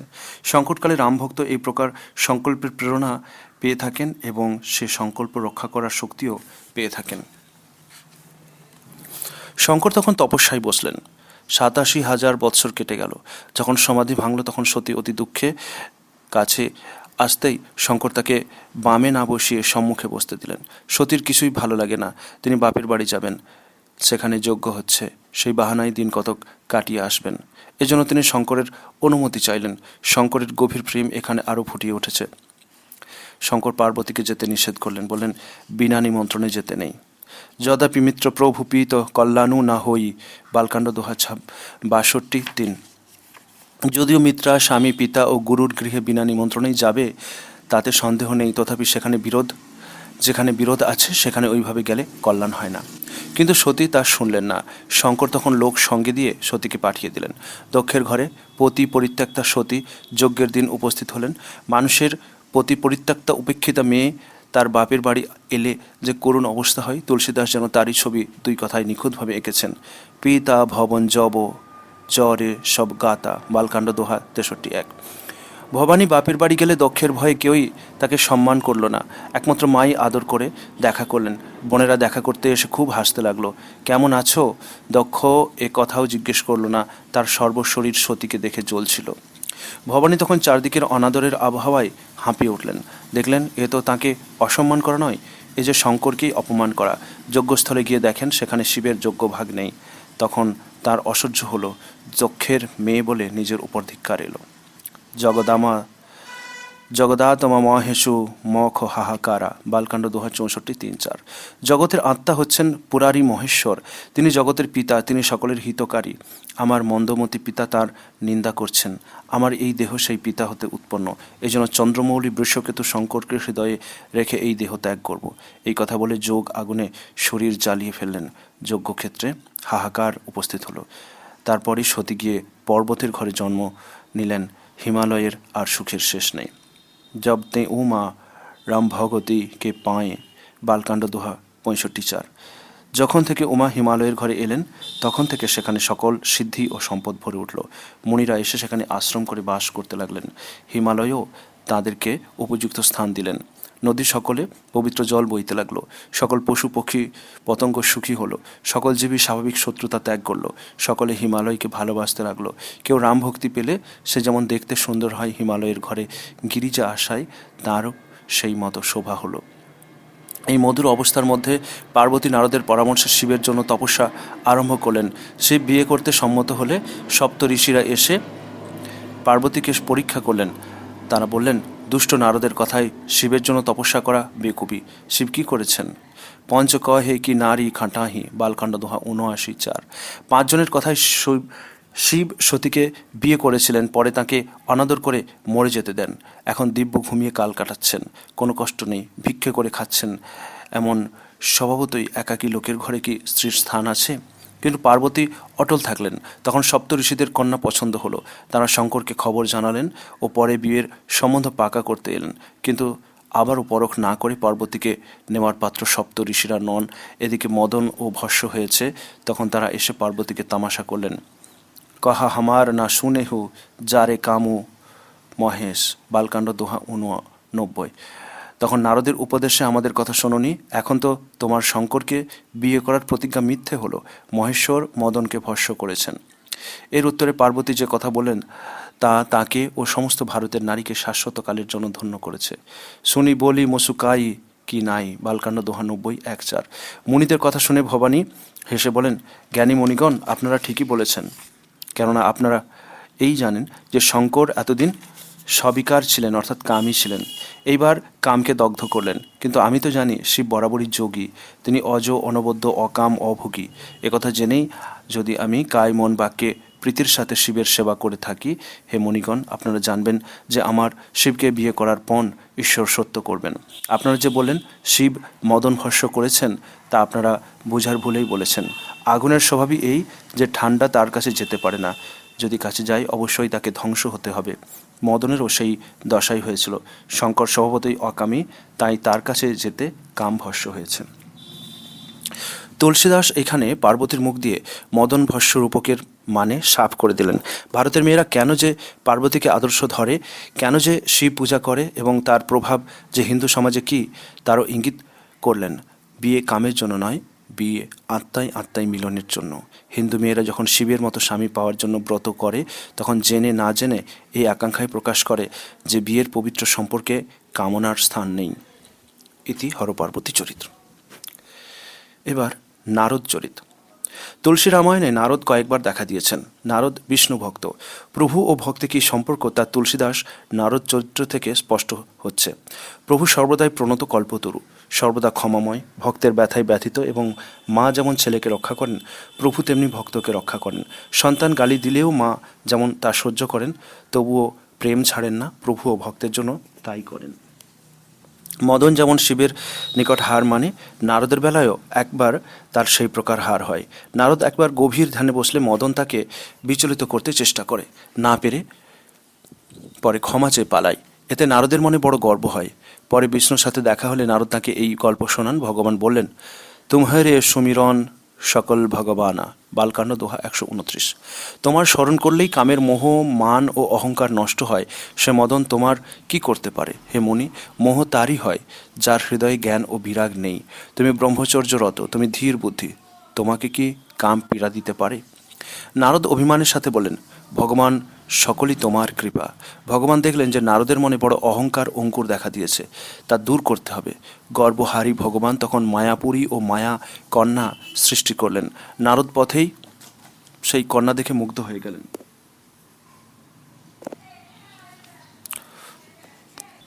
নারদ তাকে পাওয়ার জন্য ভগবানের ধ্যান করতে লাগলেন। ভগবান দেখা দিলে নারদ বললেন, যাতে ওই কন্যা আমাকে বরণ করে এমন রূপ দাও, আমাকে তোমার নিজের রূপ দাও। প্রভু বলেন, যে হি বিধি হই হি প্রভু ভয়, বালকাণ্ড দোহা 132। নারদ, যাতে তোমার পরম হিত হয় তাই আমি করব, এটা সত্য যেন। রোগ ব্যাকুল রোগী যদি কুপথ্য চায় তবে বৈদ্য তা দেন না, সেই জন্যই সেভাবেই আমি তোমার উপকার করব, এই বলে প্রভু অন্তর্হিত হলেন। ভগবান নারদকে বানরের মুখ করে দিলেন এবং এমন মায়া করলেন যে অপরে নারদকে তার স্বরূপে দেখবে। কেবল সেই কন্যা তাকে দেখতে পাবে বানরের আকৃতিতে। স্বয়ম্বরে কন্যা পাওয়া গেল না। নারদ জলের উপর নিজের প্রতিবিম্বে দেখলেন তার আকৃতি বানরের, কিন্তু পরেই সেখানে দেখলেন আবার তার নিজের মুখ। মনে বড় রাগ হলো। একবার ভগবানকে দেখে নেব ভেবে তিনি বিষ্ণুর উদ্দেশ্যে রওনা হলেন। পথেই দেখেন রাম ও বিষ্ণু চলেছেন, আর সেই সঙ্গে সেই কন্যা যাকে নারদ চেয়েছিলেন। নারদ অগ্নিশর্মা হলেন। এত বড় ভক্ত, কিন্তু তাঁরও মনের কোণে কি দেশ লুকোনো ছিল, তখন তা বের হয়ে পড়ল। পরসম্পদা সকহু হিয়ং কছু ধরহু, বালকাণ্ড দোহা 136:4। পরের ভালো তুমি দেখতে পারো না, তোমার মনের ভিতর বিশেষ করে ঈর্ষা ও কপটতা আছে। তুমি সিন্ধু মন্থনের সময় দেবতা পাঠিয়ে বিষ খাইয়ে রুদ্রকে পাগল করাও। তুমি অসুরদিকে দিলে সুরা, শঙ্করকে দিলে বিষ, আর নিজের বেলায় নিলে সুন্দরী লক্ষ্মীকে। তুমি স্বার্থ সাধক ও কুটিল, তোমার ব্যবহার সর্বদা কপট। তুমি একেবারে স্বাধীন, মাথার উপরে আর কেউ নেই, তাই যা মনে আসে তাই করো। মন্দকে ভালো করো, ভালোকে মন্দ, আর সেজন্য তোমার মনে বিন্দুমাত্র হর্ষ বা শোক নাই। ডহকি না কহু সাধা, বালকাণ্ড দোহা 137:2। তুমি ঠকিয়ে ঠকিয়ে সকলের ভেদ জেনে নাও। তুমি একেবারে নির্ভয় বলে মনের সুখে আছো। তোমার শুভাশুভ কোনো কর্ম করতেই থাকে না। আজ পর্যন্ত তোমাকে কেউ সিধে করতে পারেনি। ভলে ভবন মম ইহা, বালকাণ্ড দোহা 137:3। এখন ভালো লোকের পাল্লাই পড়েছ, এইবার নিজের কাজের ফল পাবে। যে দেহ ধরে ঠকিয়ে কন্যা নিয়ে এসেছ, আমার শাপে সেই মানুষ দেহ ধারণ করো। কপি আকৃতি হবি দুখারি, বালকাণ্ড দোহা 137:4। আমাকে তুমি বানরের চেহারা দিয়েছিলে, সেই বানরই তোমার সহায় হবে। তুমি আমার বড় অপকার করেছ, তুমি নারী বিরহে দুঃখ পাবে। শ্রাপ শীষ কৃপানিধি লীনহি, বালকাণ্ড দোহা 137। অভিশাপ মাথায় নিয়ে প্রভু অনেক বিনয় করলেন ও নিজের মায়ার প্রবলতা ফিরিয়ে নিলেন। জব হরি মায়া প্রণতারতি হরণা, বালকাণ্ড দোহা 138:1। হরি যখন মায়া দূর করলেন তখন সেখানে না আছে রমা, না আছে রাজকুমারী। তখন মুনি অতি ভীত হয়ে ভগবানের পায়ে পড়ে বলেন, ভক্তের দুঃখ নিবারণকারী হরি, আমাকে রক্ষা করো। পরের কল্পে রাম যখন অবতার হয়ে সীতাকে খুঁজে বেড়াচ্ছিলেন, সেই সময় নারদ গিয়ে দেখা করে রামকে জিজ্ঞেস করেন, প্রভু, সেবার বিবাহ করতে চাইলে তুমি ওরূপ করেছিলে কেন?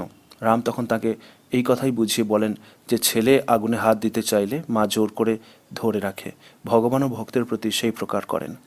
প্রভু ভক্তের হিতের জন্য কতখানি সহ্য করেন তুলসী তাই বারবার দেখিয়ে দিয়েছেন। নারদের এমন দুর্বাক্যেও প্রভু রুষ্ট হননি।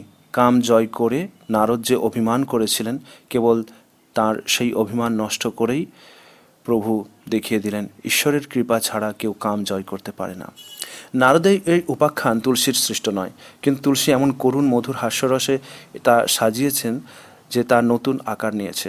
নারদের অবস্থা দেখিয়ে পাঠকের হৃদয়ের লুকোনো কাম ও ক্রোধের উপর দৃষ্টি টেনে আনাই এই গ্রন্থ পাঠ করা তিনি সার্থক করতে চেয়েছেন বলে মনে হয়। ইতি নারদচরিত। রামচরিত।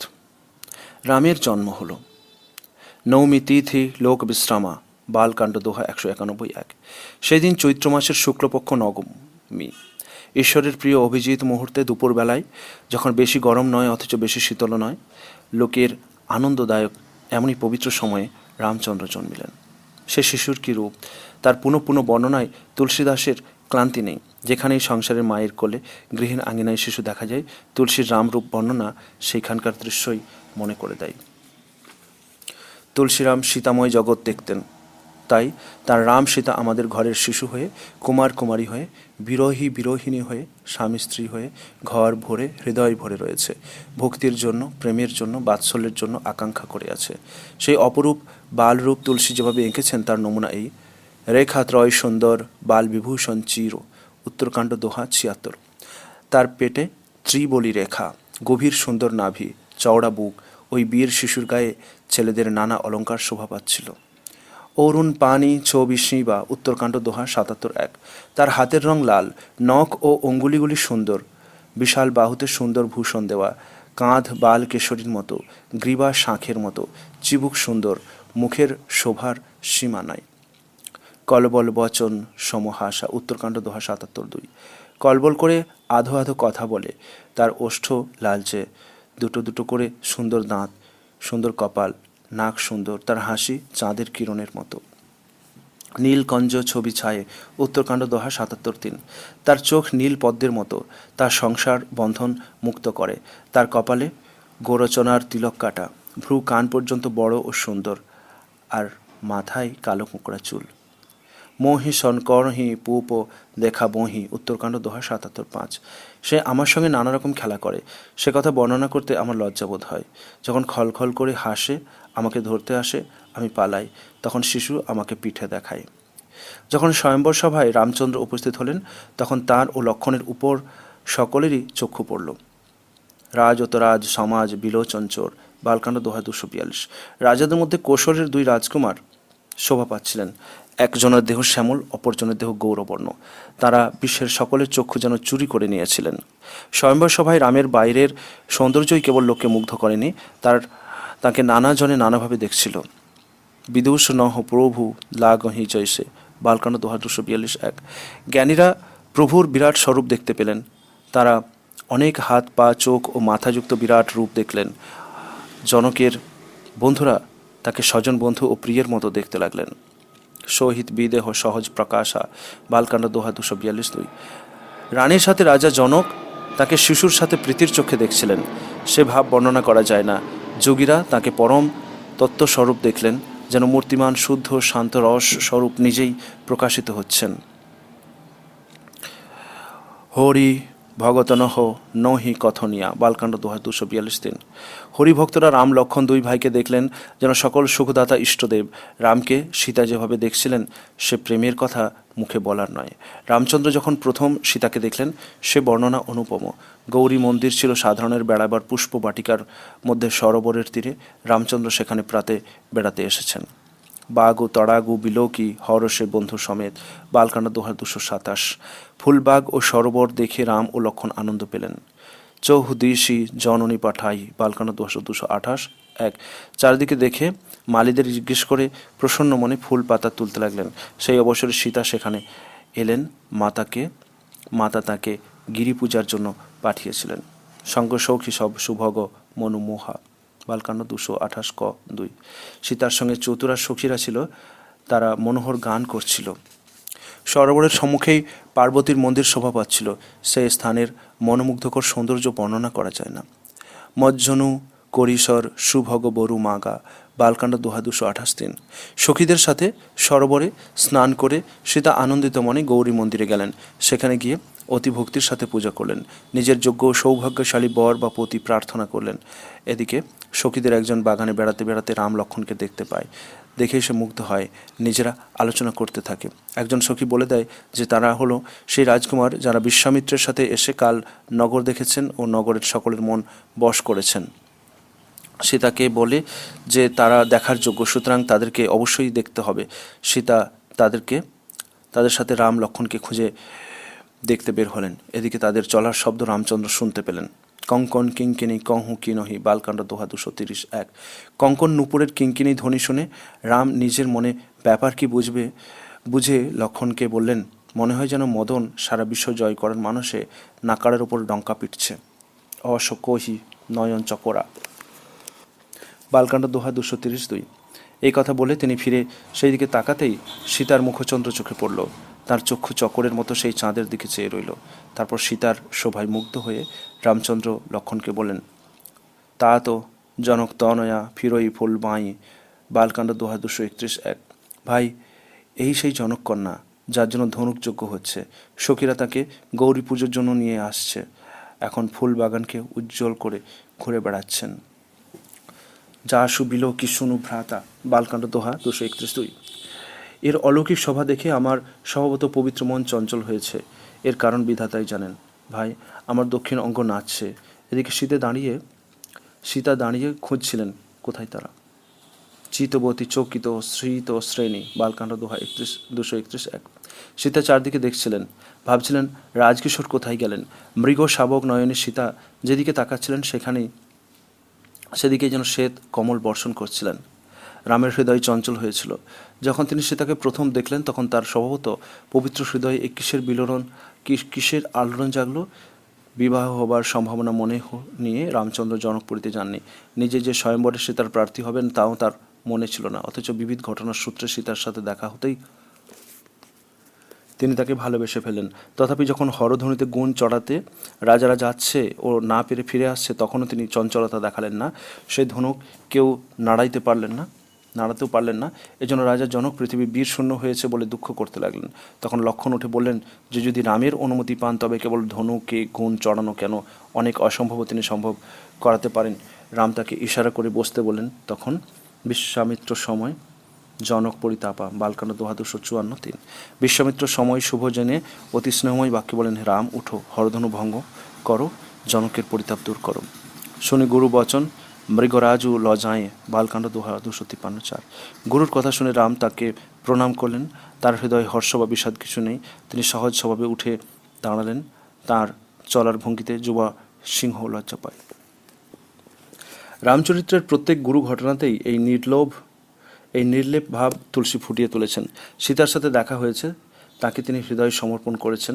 ওই ধনুক ভাঙার উপরই তার সীতাকে পাওয়া না পাওয়া নির্ভর করছে। এমন বিষম পরীক্ষার সময়ও তার হর সুবিশদু না কুছু উ আবা, তিনি একেবারে অবিচল।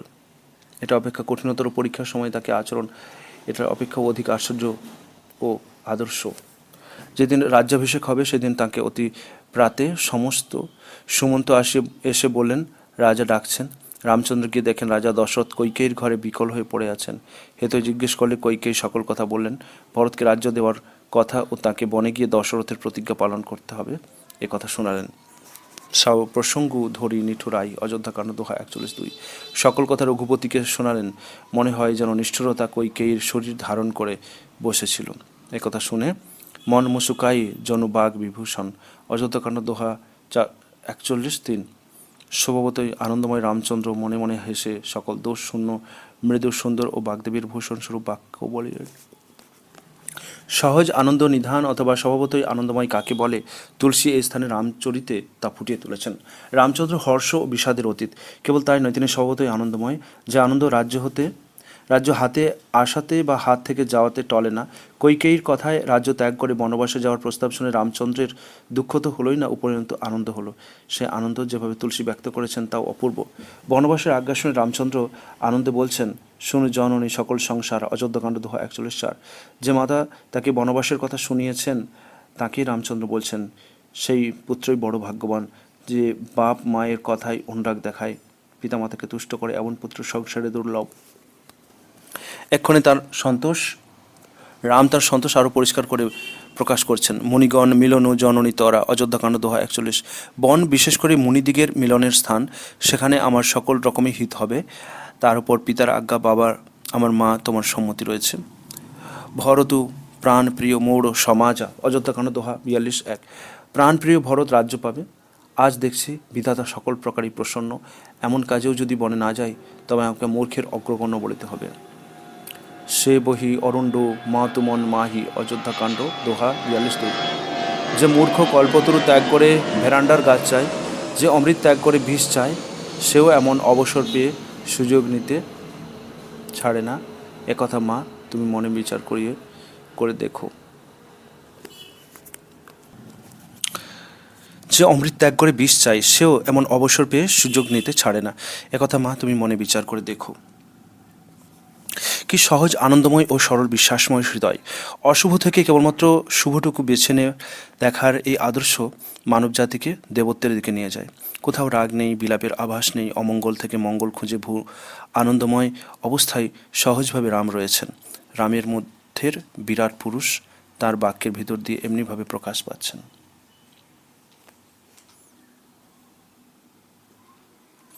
রামের আনন্দ বেড়েই চলেছে। পিতার কাছে ফিরে এলে দশরথ উঠে তাকে বুকে নিলেন। কথা বলতে পারলেন না, চোখ দিয়ে জল গড়িয়ে পড়ল। মনে মনে ইষ্টদেবকে স্মরণ করে বলতে লাগলেন, আমার সমস্ত যাক, তবু রাম যেন চোখের আড়াল না হয়। দশরথকে ব্যাকুল দেখে রাম তাকে সান্ত্বনা দিলেন। অতি লঘুবাদ শীতল গাতা, অযোধ্যাকাণ্ড দোহা 45:4। অতি সামান্য কথার জন্য তুমি দুঃখ পাচ্ছ। প্রথমেই আমাকে কেন ডেকে বললে না? তোমাকে দেখে আমি মাকে তোমার দুঃখের কারণ জিজ্ঞেস করি, তখন সকল কথা শুনে আমার শরীর শীতল হয়ে গেল।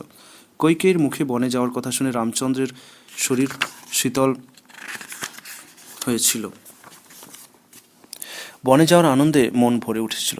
এখন দশরথের সাথে কথা বলতে বলতে বনে যাওয়ার আনন্দের কথা স্মরণ করে শরীরে রোমাঞ্চ উপস্থিত হলো। রাম দশরথকে বলছেন, মঙ্গল সময় পুলকে প্রভু গাত, অযোধ্যাকাণ্ড দোহা 45।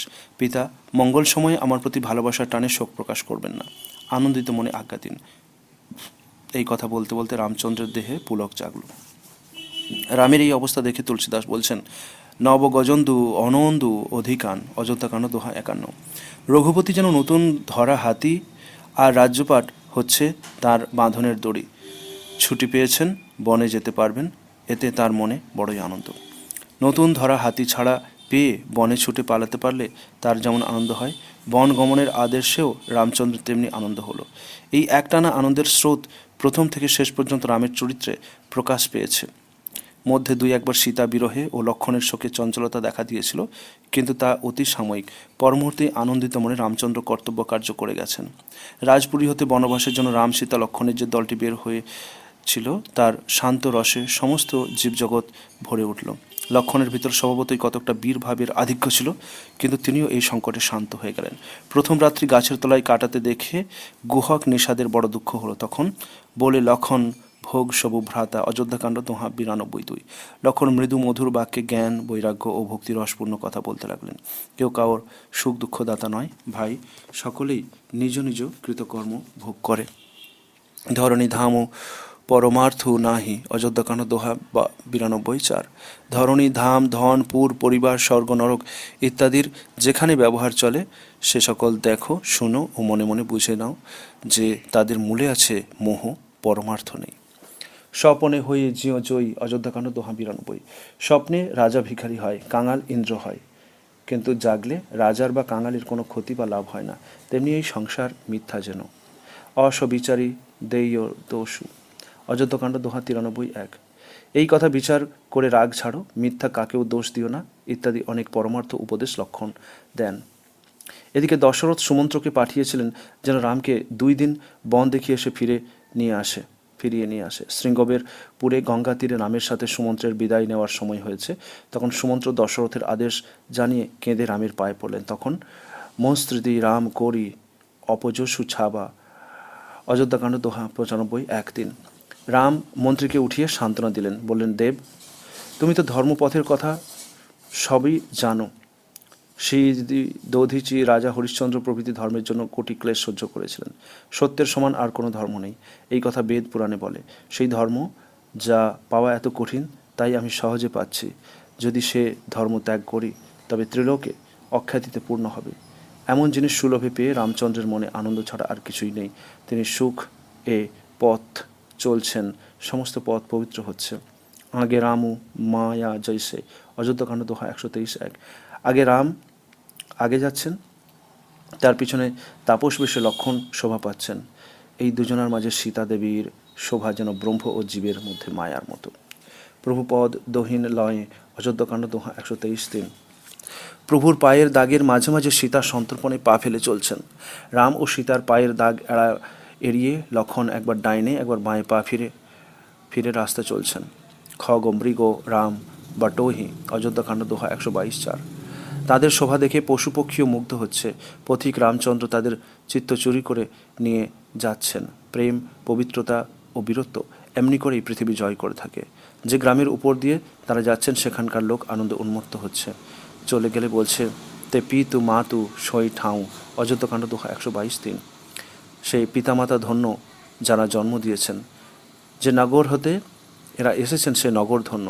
সে দেশ, সে শৈল, সে বন, সে গ্রাম, সে স্থান ধন্য, যেখান দিয়ে তারা যাচ্ছেন। এমনিভাবে নিবিড় আনন্দ দিয়ে ও পেয়ে রামচন্দ্র, লক্ষণ ও সীতাসহ পথ চলছেন। রামের মানুষ হৃদয়ের দুর্বলতার পরিচয় তুলসী চকিতে এক একবার দিয়েছেন। জব জব রামু কুসুমৌ বিচারি, অযোধ্যাকাণ্ড দোহা 141:2। যখন অযোধ্যার কথা মনে পড়তো, তখন রামের চোখে জল আসতো। পিতা, মাতা, পরিজন ও ভাইকে স্মরণ করে, ভরতের ভক্তি, সেবা ও সদাচারের কথা মনে করে প্রভু দুঃখিত হতেন, কিন্তু অসময় বলে ধৈর্য ধরে থাকতেন। চলতে চলতে রামচন্দ্র চিত্রকূটে বাল্মীকি আশ্রমে উপস্থিত হলেন। মুনিকে প্রণাম করে সেখানে থাকার জন্য উপযুক্ত স্থান দেখিয়ে দিতে বললেন তহ রচি কোল কৃপালা, অযোধ্যাকাণ্ড দোহা 126:3। সেখানে হে কৃপালু মুনি, সুন্দর পাতার কুটির তৈরি করে কিছুকাল বাস করব। রামচন্দ্র চিত্রকূটে থাকবেন, সেইখানে বাসের জন্য স্থান তাকে খুঁজে দিতে বলছেন। এই প্রশ্নে বাল্মীকির হৃদয় খুলে গেল।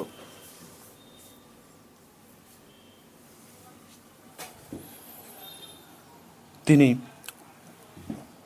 অনুপমভাবে রামকে স্বাগত করলেন। পুছে হুঁ মোহি কি দেখাবো ঠাউ, অযোধ্যাকাণ্ড দোহা 127।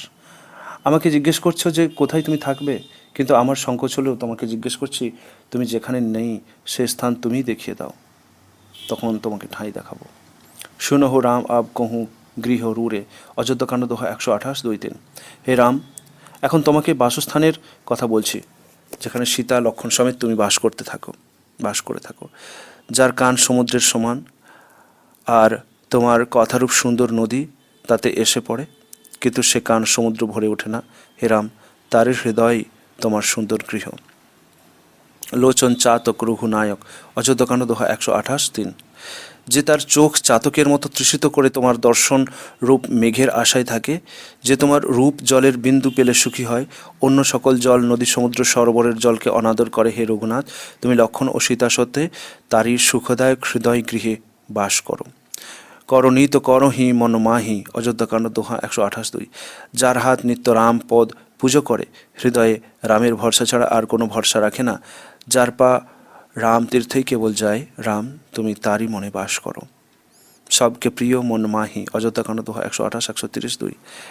যে সকলের প্রিয়, সকলের হিতকারী, যার নিকট দুঃখ সুখ প্রশংসা গালি সমান, যে সত্য ও প্রিয় বাক্য বিচার করে বলে, যে জেগে বা ঘুমিয়ে তোমারই স্মরণ নেয়, যার তুমি ছাড়া আর গতি নেই, রাম তুমি তারই মনে বাস করো। যাহি ন চাহিও নিজ গেহু, অযোধ্যাকাণ্ড দোহা 131। যার কোনো দিন কিছুই চাইবার নাই, তোমার প্রতি যার স্বাভাবিক ভক্তি আছে, রাম তুমি সর্বদা তার মনে বাস করো, তার মনই তোমার নিজের গৃহ। তারপর লক্ষণ চিত্রকূটে একটা সুন্দর স্থান দেখে কুটির তৈরির জায়গা ঠিক করলেন। স্থানীয় কোল ভিলেরা এসে ঘর বেঁধে দিল। রামের প্রভাবে চিত্রকূট রামময় হল। করি কে হরি কোপি মৃগ বৃন্দ বিশেষী। অযোধ্যাকাণ্ড দোহা 138:1। হাতি, সিংহ, বানর, কোল, হরিণ এরা সকলের শত্রুতা ত্যাগ করে একসঙ্গে বিচরণ করতে লাগলো। ধনুর্বাণ হাতে রামের মূর্তি দেখে মৃগেরা বিশেষ করে সুখী হতো। চিত্রকূটের প্রাকৃতিক সৌন্দর্যের মধ্যে রাম, লক্ষ্মণ, সীতা শান্তভাবে পশু পক্ষীর কোল ভিলদের সাথে প্রেম করে ও মুনি ঋষিদের সাথে সৎসঙ্গ করে দিন কাটাচ্ছিলেন। এই সময় ভরত অযোধ্যার লোকজন নিয়ে রামকে ফিরিয়ে নেবার জন্য চিত্রকূট অভিমুখে রওনা হলেন। ভরত লোকজন নিয়ে আসছেন। কোল ভিলদের মুখে এই সংবাদ পেয়ে লক্ষ্মণের মনে সন্দেহ হয় যে ভরত রাজা হয়ে রাজমদে মত্ত হয়ে রামের অনিষ্ট করতে আসছেন। ভরতকে সাজা দিবেন বলে লক্ষ্মণ খুব আস্ফালন করতে লাগলেন। তাতে রাম লক্ষ্মণকে সে আশ্বাস দিলেন তা মনকে মুগ্ধ করে। শুনহু লক্ষণ সুনাদি দিশা। অযোধ্যাকাণ্ড দোহা 231:4। শোনো লক্ষণ, বিধাতার সৃষ্টির মধ্যে ভরতের মতো ভালো আর কারো কথা শুনিনি বা আর কাকেও দেখিনি। তিমির তরুণ ভরত হি ভাই। অযোধ্যাকাণ্ড দোহা 232:1। বাল সূর্যকে অন্ধকার গিলে ফেলতে পারে, আকাশ মেঘের ভিতর মিলে যেতে পারে, গোষ্পদ জলে আগস্ত্যমুনি ডুবতে পারেন, পৃথিবী সহজ ক্ষমা ছাড়তে পারে, মশার ফুঁতে মেরু উড়ে যেতে পারে, কিন্তু তবুও ভারতের রাজ অহংকার হতে পারে না। ভরত এই বিশ্বাস পাওয়ার যোগ্য ছিলেন। তারপর ভরত লোকজন সাথে উপস্থিত হলে সকলের সাথে দেখা করতে গিয়ে প্রথম রাম ধরি খোরি। অযোধ্যাকাণ্ড দোহা 144:4। রাম প্রথমেই কৈকেয়ীর সাথে দেখা করেন ও নিজের সরল স্বভাব ও ভক্তিতে রাম তার বুদ্ধি ঠান্ডা করেন। তার পায়ে পড়ে রামচন্দ্র অনেক সান্ত্বনা দেন। কাল, কর্ম ও বিধাতার ঘাড়েই রামচন্দ্র যত দোষ চাপান। অযোধ্যাবাসীদেরকে নিয়ে ভরত ফিরে গেলে বহুরি রাম মোহি জানা।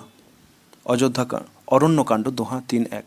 রাম মনে অনুমান করলেন যে সকলেই জেনে গেছে আমি এখানে আছি, সুতরাং এখানে ভিড় হবে। তখন মুনিদের কাছ থেকে বিদায় গ্রহণ করে সীতাকে নিয়ে দুই ভাই চললেন। পথে অনেক মুনির আশ্রম ঘুরে অবশেষে পঞ্চবটী বনে এলেন। সেখানে গোদাবরী তীরে পাতার কুটির বানিয়ে বাস করতে লাগলেন। পঞ্চবটী বনে বাস করার সময় লক্ষ্মণ রামচন্দ্রকে অনেকগুলি প্রশ্ন করেন। উত্তরে রামচন্দ্র জ্ঞান, ধর্ম, ভক্তি ও মুক্তি উপদেশ দেন। মায়া মই অরু মোর নেহু ভাই। অরণ্যকাণ্ড দোহা 15:1-2। আমি, আমার, তুমি, তোমার এই জ্ঞানই মায়া। এই সকল জীবকে বশ করে রেখেছে। যা কিছু ইন্দ্রিয় গোচর, যা কিছু মন দ্বারা গ্রহণ করা যায়, সেই সমস্তই মায়া বলে যেন। জ্ঞান মান জহু সব মাহি। অরণ্যকাণ্ড দোহা 15:4। অনুমাত্র মান না রাখা ও সকলের ভিতর সমভাবে ব্রহ্ম দেখার নাম জ্ঞান। পরম বৈরাগ্য কহিও তাত সো গুণ ত্যাগী। অরণ্যকাণ্ড দোহা 15:4। তাকেই পরম বৈরাগী বলা যায় যে সিদ্ধি ও 3 গুণ তৃণের ন্যায় ত্যাগ করে। জীব ও ঈশ্বর, মায়া ঈশ প্রেরক শিব। অরণ্যকাণ্ড দোহা 15। মায়া, ঈশ্বর ও নিজেকে যে জানে না সে জীব। বন্ধন ও মোক্ষ যিনি দেন তিনি সকলের ওপর। যিনি মায়ার প্রেরক তিনি ঈশ্বর। ভক্তি ঈশ্বর লাভের সহজ পথ। যাতে বেগী ভগত সুখদায়ী। অরণ্যকাণ্ড দোহা 16:1। যাতে আমি শীঘ্র শীঘ্র গলে যাই, সন্তুষ্ট হই, তাই আমার ভক্ত সুখদায়ক ভক্তি। ভক্তির সাধন ভগবতীকে শ্রুতি রীতি। অরণ্যকাণ্ড দোহা 16:3। ভক্তি পাওয়ার পথ বিস্তার করে বলছি। এই ভক্তিপথ সহজ ও এতে জীব আমাকে পায়। প্রথম হচ্ছে ব্রাহ্মণের চরণে অতিশয় শ্রদ্ধা আর বেদ অনুযায়ী নিজ ধর্ম অনুসরণ করা। বেদ অনুযায়ী নিজ নিজ ধর্ম অর্থে বর্ণধর্ম বা গীতা যাকে স্বধর্ম বলেছেন। স্বধর্ম পালনের ফল বৈরাগ্য ও ভক্তি। এহি কর উপজ অনুরাগা। অরণ্যকাণ্ড দোহা 16:4। স্বধর্ম পালনের ফলে আপনা আপনি বিষয়ে বৈরাগ্য উপস্থিত হয় এবং তখন আমার ধর্মে, ভগবত ধর্মে অনুরাগ উপস্থিত হয়, অর্থাৎ ভক্তি দেখা দেয়। ভক্তি স্থির রাখার পথ গুরু পিতু দৃঢ় সেবা। অরণ্যকাণ্ড দোহা 16:5। গুরু, পিতা, মাতা, ভাই ও পতি ও দেবতা ইত্যাদির সেবাকেই আমার দৃঢ় সেবা বলিয়া জানো। এই স্থানে রামচন্দ্র মালা নিয়ে বসে থাকাকেই ভক্তি বলছেন না। সেবাভাবে সংসারের সকল কাজ করা চাই। যাকে সেবা করবে সেই সেবা ঈশ্বরকে করছি এই ভাব বজায় রাখা চাই, তাহলেই তা সাত্ত্বিক সেবাকর্ম হবে। ঈশ্বরকে সেবা করা হচ্ছে এই জ্ঞানে কাজ করলে তাতে আসক্তি বা অভিমান থাকতে পারে না। কিছুদিন গোদাবরী তীরে পঞ্চবটিতে এইভাবে কাটাবার পর সুপর্ণখা দেখা দেয়। তারপর সীতাহরণ হয় এবং রামচন্দ্রের অবর্ণনীয় বিরহ দুঃখ উপস্থিত হয়। রামচন্দ্র সীতাকে খুঁজছেন, তরুলতাকে সীতার সন্ধান জিজ্ঞেস করছেন ও সীতার কে উদ্দেশ্য করে বলছেন, শুনু জানো কি কষ নাহি, অরণ্যকাণ্ড 2:37। সীতা তুমি নেই বলে সকল তরুণতা যেন রাজা হয়েছে, এমনই তাদের আনন্দ।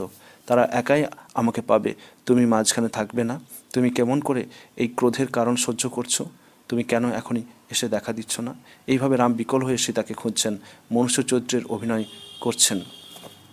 পূরণকাম রাম অজ অবিনাশী, অরণ্যকাণ্ড 2:39। পূর্ণকাম অজ অবিনাশী ভগবান মানুষের আচরণ করে দেখাচ্ছেন। এরপর বালি বধের পর্ব। সুগ্রীবের সঙ্গে মিত্রতা হলে রাম বালিকে বধ করবার প্রতিজ্ঞা নেন।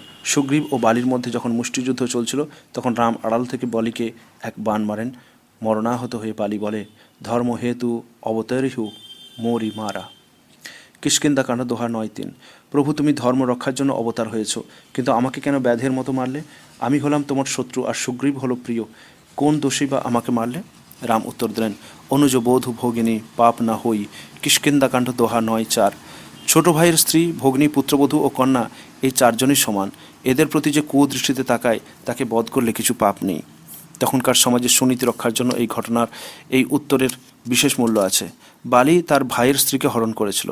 তার সমাজে এত বড় অপরাধ যে তখনকার দিনে হরণকারীকে যে কোনো উপায়ে হত্যা করে ফেলাও হয়তো সমাজ সম্মত ব্যবস্থা ছিল। রামচন্দ্র বীর ও সমর্থ, তিনি ইচ্ছা করলে সম্মুখ যুদ্ধেই বালিকে অবশ্য বধ করতে পারতেন।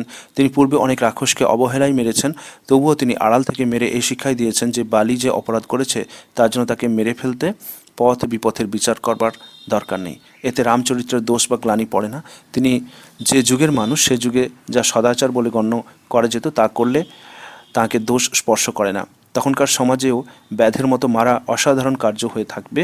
সেই জন্যই বালির এই শ্লেষ উক্তি। একথা যেন মনে না করেন যে যেহেতু রাম পিছন থেকে মেরেছিলেন সেই হেতু গুপ্ত হত্যা বা হত্যার সমর্থন করা যায়। বালি বধ করার পরেই বর্ষা এসে পড়ে। সীতার খোঁজের জন্য তখন কিছুই করা যায় না। এই বর্ষাকালটা রামচন্দ্র লক্ষণের সাথেই কাটান। এই উপলক্ষে তুলসী বর্ষার যে বর্ণনা দিয়েছেন তা ভারী সুন্দর। রাম বলছেন, ঘন ঘমণ্ড নধ থির নাহি। কিষ্কিন্ধাকাণ্ড 2:14-1। আকাশে মেঘ ঘোর গর্জন করছে, আমার প্রিয়াহীন মন সে শব্দ শুনে ডরাচ্ছে না। বিদ্যুৎ চমকাচ্ছে কিন্তু মেঘের ভিতর থাকছে না। বিদ্যুতের অস্থিরতা যেন খলের প্রীতির মতো স্বভাবতই অস্থির। বড়শাহী জলদ সহজৈসে। কিষ্কিন্ধাকাণ্ড 2:14-2। মেঘ বর্ষণ করার সময় মাটির নিকট আসছে। পণ্ডিতরা যেমন বিদ্যা পেয়ে অবনত হয়, মেঘও তেমনি জল ভারে নত হয়েছে। বৃষ্টির বিন্দুর আঘাত পাহাড় তেমনি করে সহ্য করছে। খলের বাক্য সাধু যেমন করে সহ্য করে। প্রত্যেক উপমার ভিতর দিয়েই একটা তরল সুমিষ্ট অথচ উদার উপদেশের ধারা বয়ে গিয়েছে। কিষ্কিন্ধায় বিভীষণের সাথে রামের সাক্ষাৎ হলো। বিভীষণে দেখা করতে এসেছিলেন। বিভীষণ রামের আশ্রয় নেওয়ার জন্য চলে এসে সমুদ্রের এপারে পৌঁছলে সুগ্রীবের অনুচরেরা তাকে সন্দেহ করে ধরে ফেলে ও বন্দী করে। তারপর কহ সুগ্রীব কারণ আয়া। সুন্দরকাণ্ড 2:43-2। সুগ্রীব বলেছিলেন, রঘুনাথ, রাবণের ভাই সাক্ষাৎ করতে এসেছে। রাক্ষসের মায়া জানা যায় না, তারা ইচ্ছেমতো রূপ নেয়। কেন এসেছে কে জানে। ভেদ হামার লেন শরণাগত ভয়হারী। সুন্দরকাণ্ড 2:43-4। দুষ্ট আমাদের গুপ্ত কথা জানতে এসেছে। আমার মনে হয় তাকে বেঁধে রাখাই ভালো। প্রভু বললেন, সখা, তুমি নীতি অনুসারে ঠিকই বলেছো, কিন্তু আমি শরণাগতের ভয় হরণ করবার প্রতিজ্ঞা করেছি। ভেদলেন পঠবা হানি কপিসা। সুন্দরকাণ্ড 2:44-3। যদি তাকে আমাদের মন্ত্রণা জানতেই রাবণ পাঠিয়ে থাকে, তবু সুগ্রীব, তাতে আমাদের ভয় বা হানি কী? এই স্থলে রাম সাধারণ মানুষের মতোই বিভীষণের আসার হেতু জানেন না। এইটুকু মাত্র জেনেছেন যে বিভীষণ শরণাগত। সুগ্রীব যে তাকে বেঁধে রাখবার কথা বললেন তা রাজনীতিসম্মত। রাজারা শত্রুপক্ষের উপর সন্দেহবশে ওই প্রকার ব্যবহারই করে থাকে। কিন্তু রামচন্দ্র এসেছেন সেই সন্দেহের যুগ দূর করে স্বর্গরাজ্য বসাতে। তিনি এসেছেন জগতের মঙ্গল স্থাপন করতে। সন্দেহ ও কল্যাণ একসঙ্গে চলে না। কাজেই রামচন্দ্র সন্দেহের উপর প্রতিষ্ঠিত সেই রাজনীতি বদলে ফেলছেন। তিনি সহজভাবে বললেন যে যদি মন্ত্রণা জানতেই এসে থাকে তাহলে ভয় বা কী। তবহু ন কছু ভয় হানি কপিসা। এই সামান্য কথা কয়টার মধ্যে সমস্ত রাজনীতির মূলের পরিবর্তন রয়ে গেছে। যীশুখ্রিস্টের পূর্ব পর্যন্ত ইহুদি ধর্ম বলতো চোখের বদলে চোখ, দাঁতের বদলে দাঁত নাও। এটা ছিল প্রতিহিংসার ধর্ম, তা হিংসা ও ভয়ের উপর প্রতিষ্ঠিত। যীশু এসে বললেন, তা নয়, তোমরা জানতে চোখের বদলে চোখ নেওয়াই ধর্ম। আমি বলছি, এক গালে মারলে আর এক গাল পেতে দেবে। এটাই যীশুখ্রিস্টের দান ও খ্রিস্ট ধর্মের মূল তত্ত্ব। যিশুর বহু পূর্ব থেকে হিন্দু ধর্মের মূল তত্ত্ব এটা থাকলেও কার্যত রাজনীতিতে তা ব্যতিক্রম ছিল। রামচন্দ্র ব্যবহারিকভাবে সেই ব্যতিক্রম দূর করতে এসেছেন। যদি বিভীষণ গুপ্তকথা জানতে এসে থাকে এবং বলে যে সাক্ষাৎ করতে ও শরণ নিতে এসেছে, তবে রামচন্দ্র কেন তাকে অবিশ্বাস করবেন? শরণাগতকে রক্ষা করাই তাঁর ধর্ম। লক্ষণ যখন শেলবিদ্ধ হন তখন রামচন্দ্র শোকে বিহ্বল হয়ে পড়েন। লক্ষণ অচেতন হয়ে পড়ে আছেন, তাকে দেখে রামচন্দ্র বলছেন, মম হিত লাগি নাহি ওহু, লঙ্কাকাণ্ড 61:2। আমার জন্য বাপ মা ছেড়েছ, বনে এসে শীতে গ্রীষ্মে ও বাতাসে দুঃখ সয়েছ। ভাই, তোমার সে অনুরাগ এখন কোথায় গেল? আমার ব্যাকুল কথা শুনেও তুমি উঠছ না। যদি জানতাম যে বনে এসে তোমাকে হারাবো, তবে পিতার আজ্ঞাও মানতাম না। এইভাবে বহুবিধি শোচত কৃপাল দেখাই, লঙ্কাকাণ্ড 61:9। শোক বিমোচন রাম নানা প্রকারে শোক করতে লাগলেন। তার পদ্মচক্ষু থেকে জল পড়তে লাগলো। উমা, রঘুরাজ, রামচন্দ্র এক অদ্বিতীয় ও অখণ্ড। তিনি মানুষের গতি ও ভক্তবৎসলতা দেখিয়েছেন। রাম ও রাবণের সম্মুখ যুদ্ধ যে একটি হৃদয়ক্ষেত্রের যুদ্ধ, সে কথা তুলসী অতি সুন্দরভাবে প্রকাশ করেছেন। রামের সাথে রাবণের মল্লযুদ্ধ আরম্ভ হয়েছে তখন। রাবণ রথি বীর বলবানা, লঙ্কাকাণ্ড 81:1।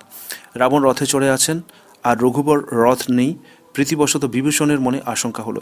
তিনি চরণ বন্দনা করে প্রেমের সাথে বলেন, হে নাথ, তোমার রথ নেই, পায়ে পাদুকা নেই, বলবান বীর রাবণকে কি করে জিতবে?